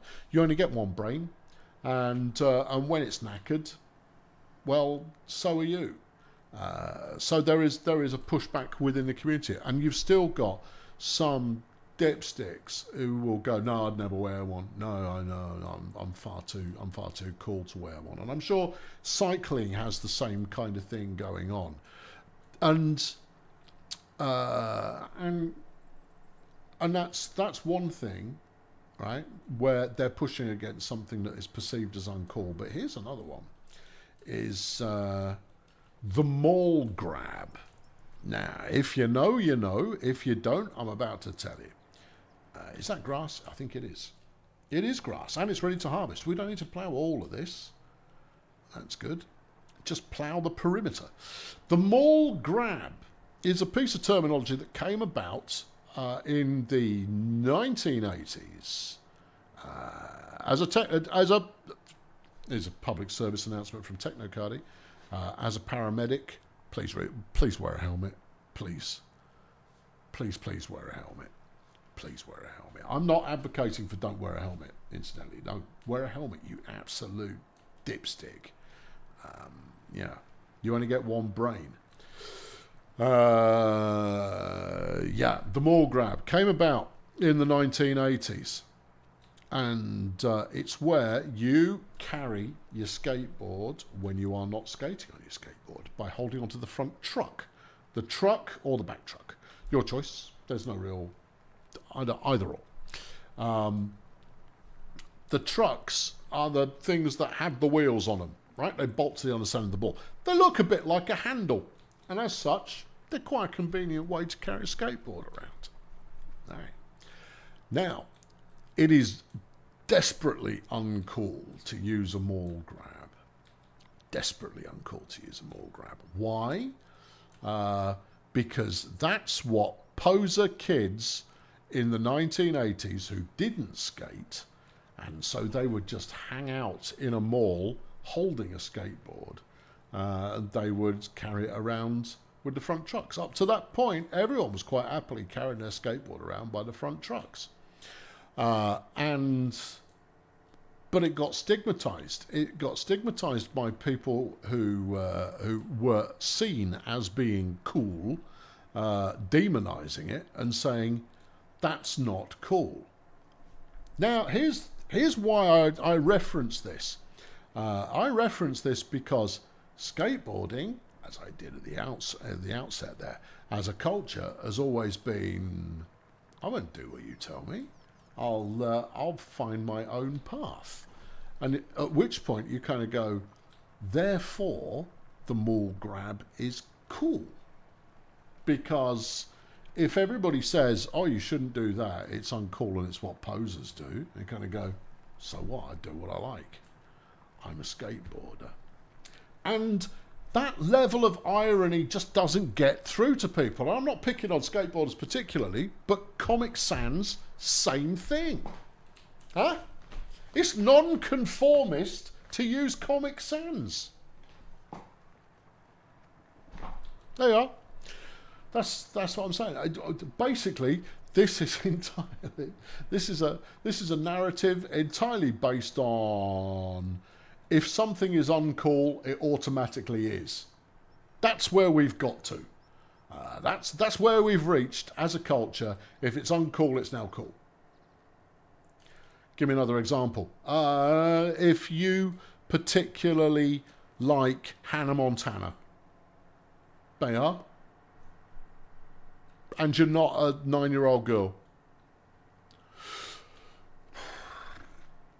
That's it. Thanks for coming to my other TED Talk. I've done about 3 today. You're welcome. Consider yourself uplifted and enlightened. Yeah. No, there you go. No, I threaded that needle pretty well. I think you'll find Technocardi I brought it back on narrative. Yeah, using Comic Sans is Rage Against the Machine.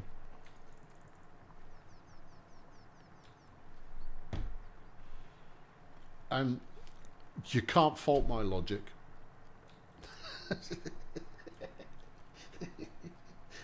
Oh, but it's so lame. And that's why it isn't. Yeah. Yeah. And you're going to go, what? No. Oh, I saw a fantastic video yesterday. Really good video. Bit pretentious, bit precocious, but right. And it introduced me to a term I'd not previously encountered, which is unlike me. But you always encounter a term for the first time at some point. And it's metamodernism. And I went like, oh, you've just made that up. And I go, actually, having watched the video, I went, oh, no, this is accurate. You got modernism, right? When was the last server save? Oh, it's anybody's guess. Don't know. It'll be fine. Look, it's broken once in 10 weeks of doing this. It'll be fine. It'll be right. And it's not like you lot won't enjoy doing it all again. You kind of go, well, I mean, isn't that just what next season's harvest is? I'll do a local save anyway. Theoretically, I should be able to upload it. Metamodernism.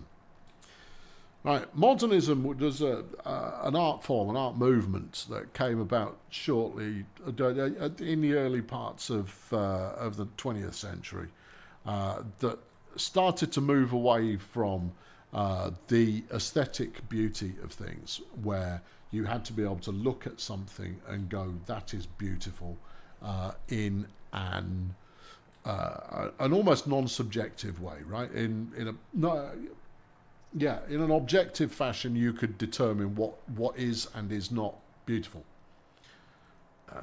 Hit the save button in server forces a server-side save. All right then. All right. If it will make you people happy. There you go. I've done it. Right, that's done. I don't believe it for a second, but there it is.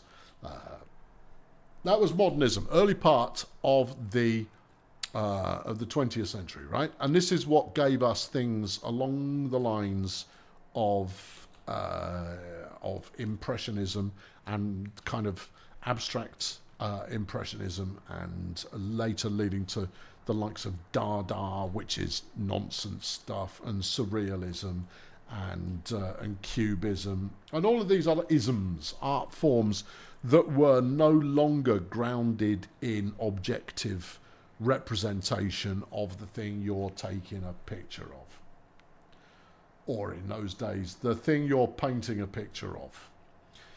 You then get into, basically what modernism was saying is that there can be beauty in utilitarianism as well as in objective beauty itself.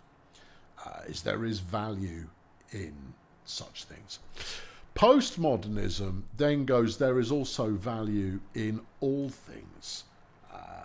Andy Warhol is your most obvious postmodernist kind of example, if you just want to kind of get a basic idea of what the hell is all that about, right? When he does his pictures of the soup cans and calls it art, Banksy's postmodernist, right? They're not great artworks. It's not great political messaging that he does, but at the same time it is elevating graffiti into a... Graffiti itself is postmodernist, right? So that's postmodernism, right? This is, it's art that can be ugly, and can be actively non-beautiful. This is a very, very, very, very, very broad, rough definition so that I can talk about metamodernism. You'll understand it, don't worry, as soon as I explain it to you. Thanks, teacher. Yeah, all right, shut up. As soon as I understand what I grokked from it, from this video, which was very good, and it was purely, I found it fascinating purely because it was a term that I hadn't come across previously, and I consider myself up to speed. I need more reading on the subject, obviously, but I get it fundamentally. Metamodernism is then, yeah, so my definition of postmodernism is like ugly things also beautiful, yeah? Modernism, ugly things but functional, beautiful. Modernism, ugly things, non-functional, still beautiful, under the right context. That's a really terrible definition, never use it. Metamodernism is self-awareness of what you are doing. Marvel movies are meta-modernist, and it's why it has become so tiresome, because they can't sit in the serious moments within the narrative they've put themselves in without creating an excuse for a serious moments. Someone will make a wisecrack. Someone will make Deadpool, right, is utterly meta-modernist in the fact that it is constantly referring to the fact that it is a movie and that it does have a cast and a crew, and hold on, he was in a different movie, how does that make sense? That's meta-modernism distilled. And it has become something of a... And it can be quite clever. The first time you watch the Deadpool movie, if it's your kind of thing, and if you watched it, you will have laughed because it was funny. It was innovative and it was different and it felt like it was fresh.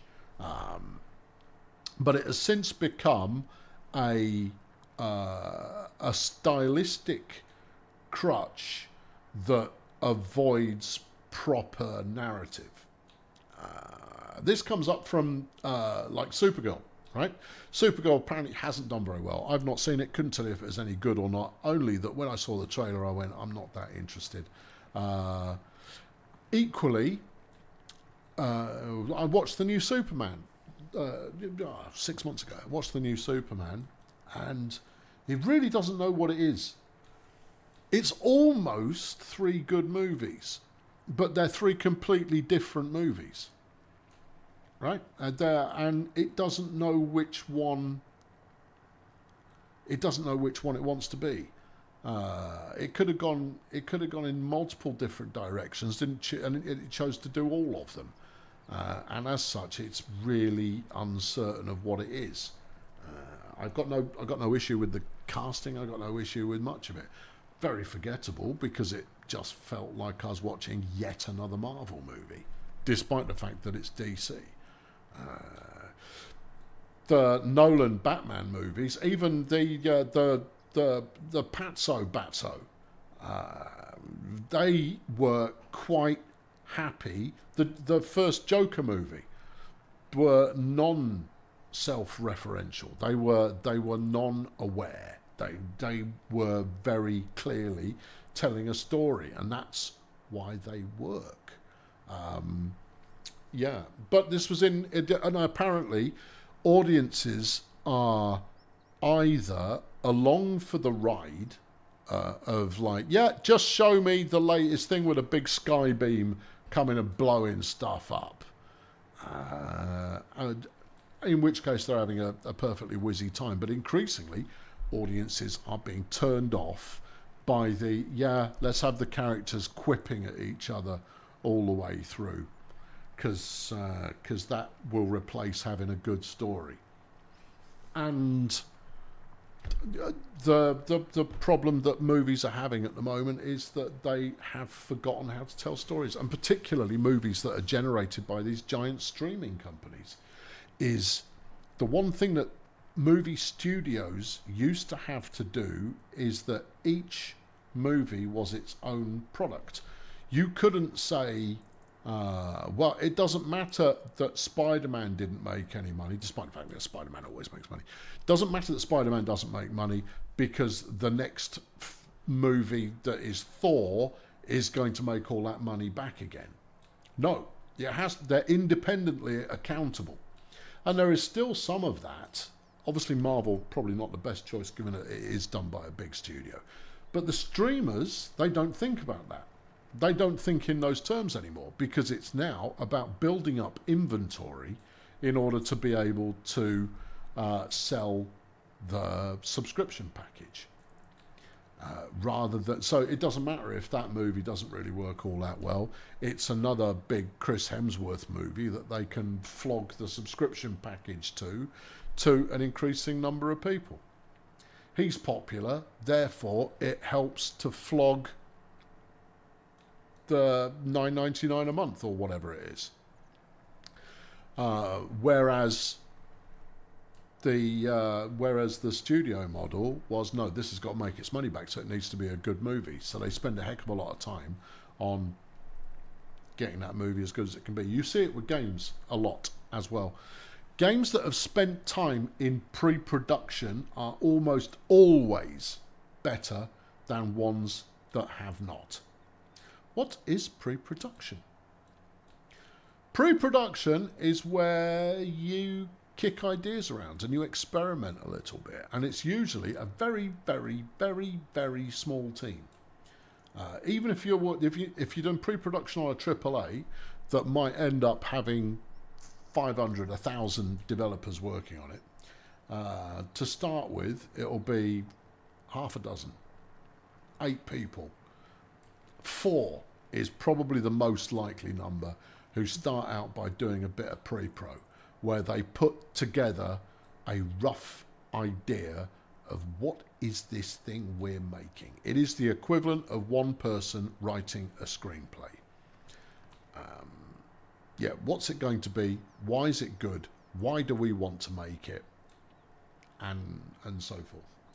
And it feels to me, from the outside, not working in movies, that the pre-production elements that the studio system used to do have gone by the wayside, and now they're just kicking them out. They throw a hell of a lot of money at the movie and don't bother developing the idea enough in the first place. Rebel Flipping Moon was awful. It was... argue with me if I'm wrong. Please, be my guest. It was 7 samurai wants to be Star Wars and rubbish.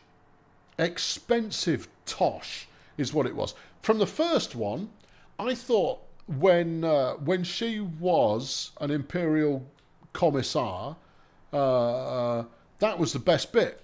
I was going, give me that movie. I want that movie. Her as an Imperial commissar, that looks really great. The uniforms are on point. You know, they're clearly the wrong uns. That's a 40k movie, and it's obviously stylistically what they were aiming for. But the Seven Samurai, with incredibly nonsensical betrayal in there as well, was rubbish. Although the sword lady was very cool, but the rest, it was tosh. It was total garbage. The robot was interesting. Give me more of that. But it's putting too much power in the hands of one person who then isn't given enough oversight and enough scrutiny on, is this a good idea or not? And are just allowed to do whatever they flipping well like.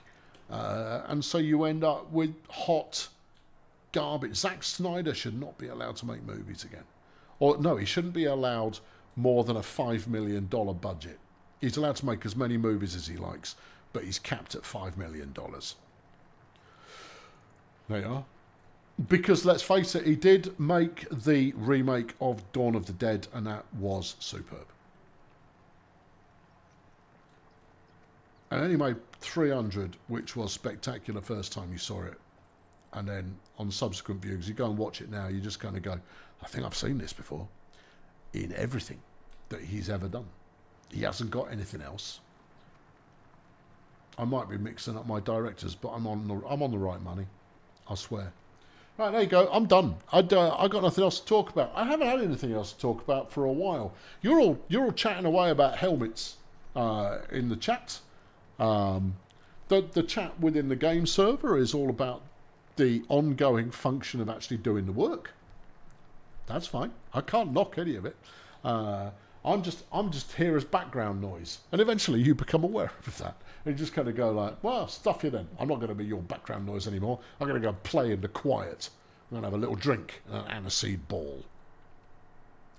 Good. Yeah. It's a delight to be here, as always. Thanks for tuning in. I feel so valued. I've been Colonel Failure. Tomorrow, what's going on tomorrow? Tomorrow I will be putting up the next synesthesia. No, that's something else. That's also a person in Fail Brigade. Whatever it's called. Syntopia is coming up tomorrow. There's a post on YouTube that you can go and read with your face that will tell you what it is that I'm doing and when I'm doing it. Yeah, I decided to let you in on the plan. Also, it felt good to write the plan down so that I knew what the plan was later. Yeah, you know, that's my logic. Someone can have the big tractor now. I'm done with it. I'm bored of ploughing. I want to go and do something else. Thanks for the wisdom. It's half-baked, inherited knowledge chunks and opinion and misremembering. When is there more farming this week? I'm going to leave the server up. What we are aiming to do, let us bring up the map ever so briefly here. What we are aiming for is however far we get by the stream next Saturday, we're going to start ploughing it under with wheat. So I'm going to leave the server up during the week. Anybody who is part of the farming committee can stream it if they want to. They're more than welcome to do that.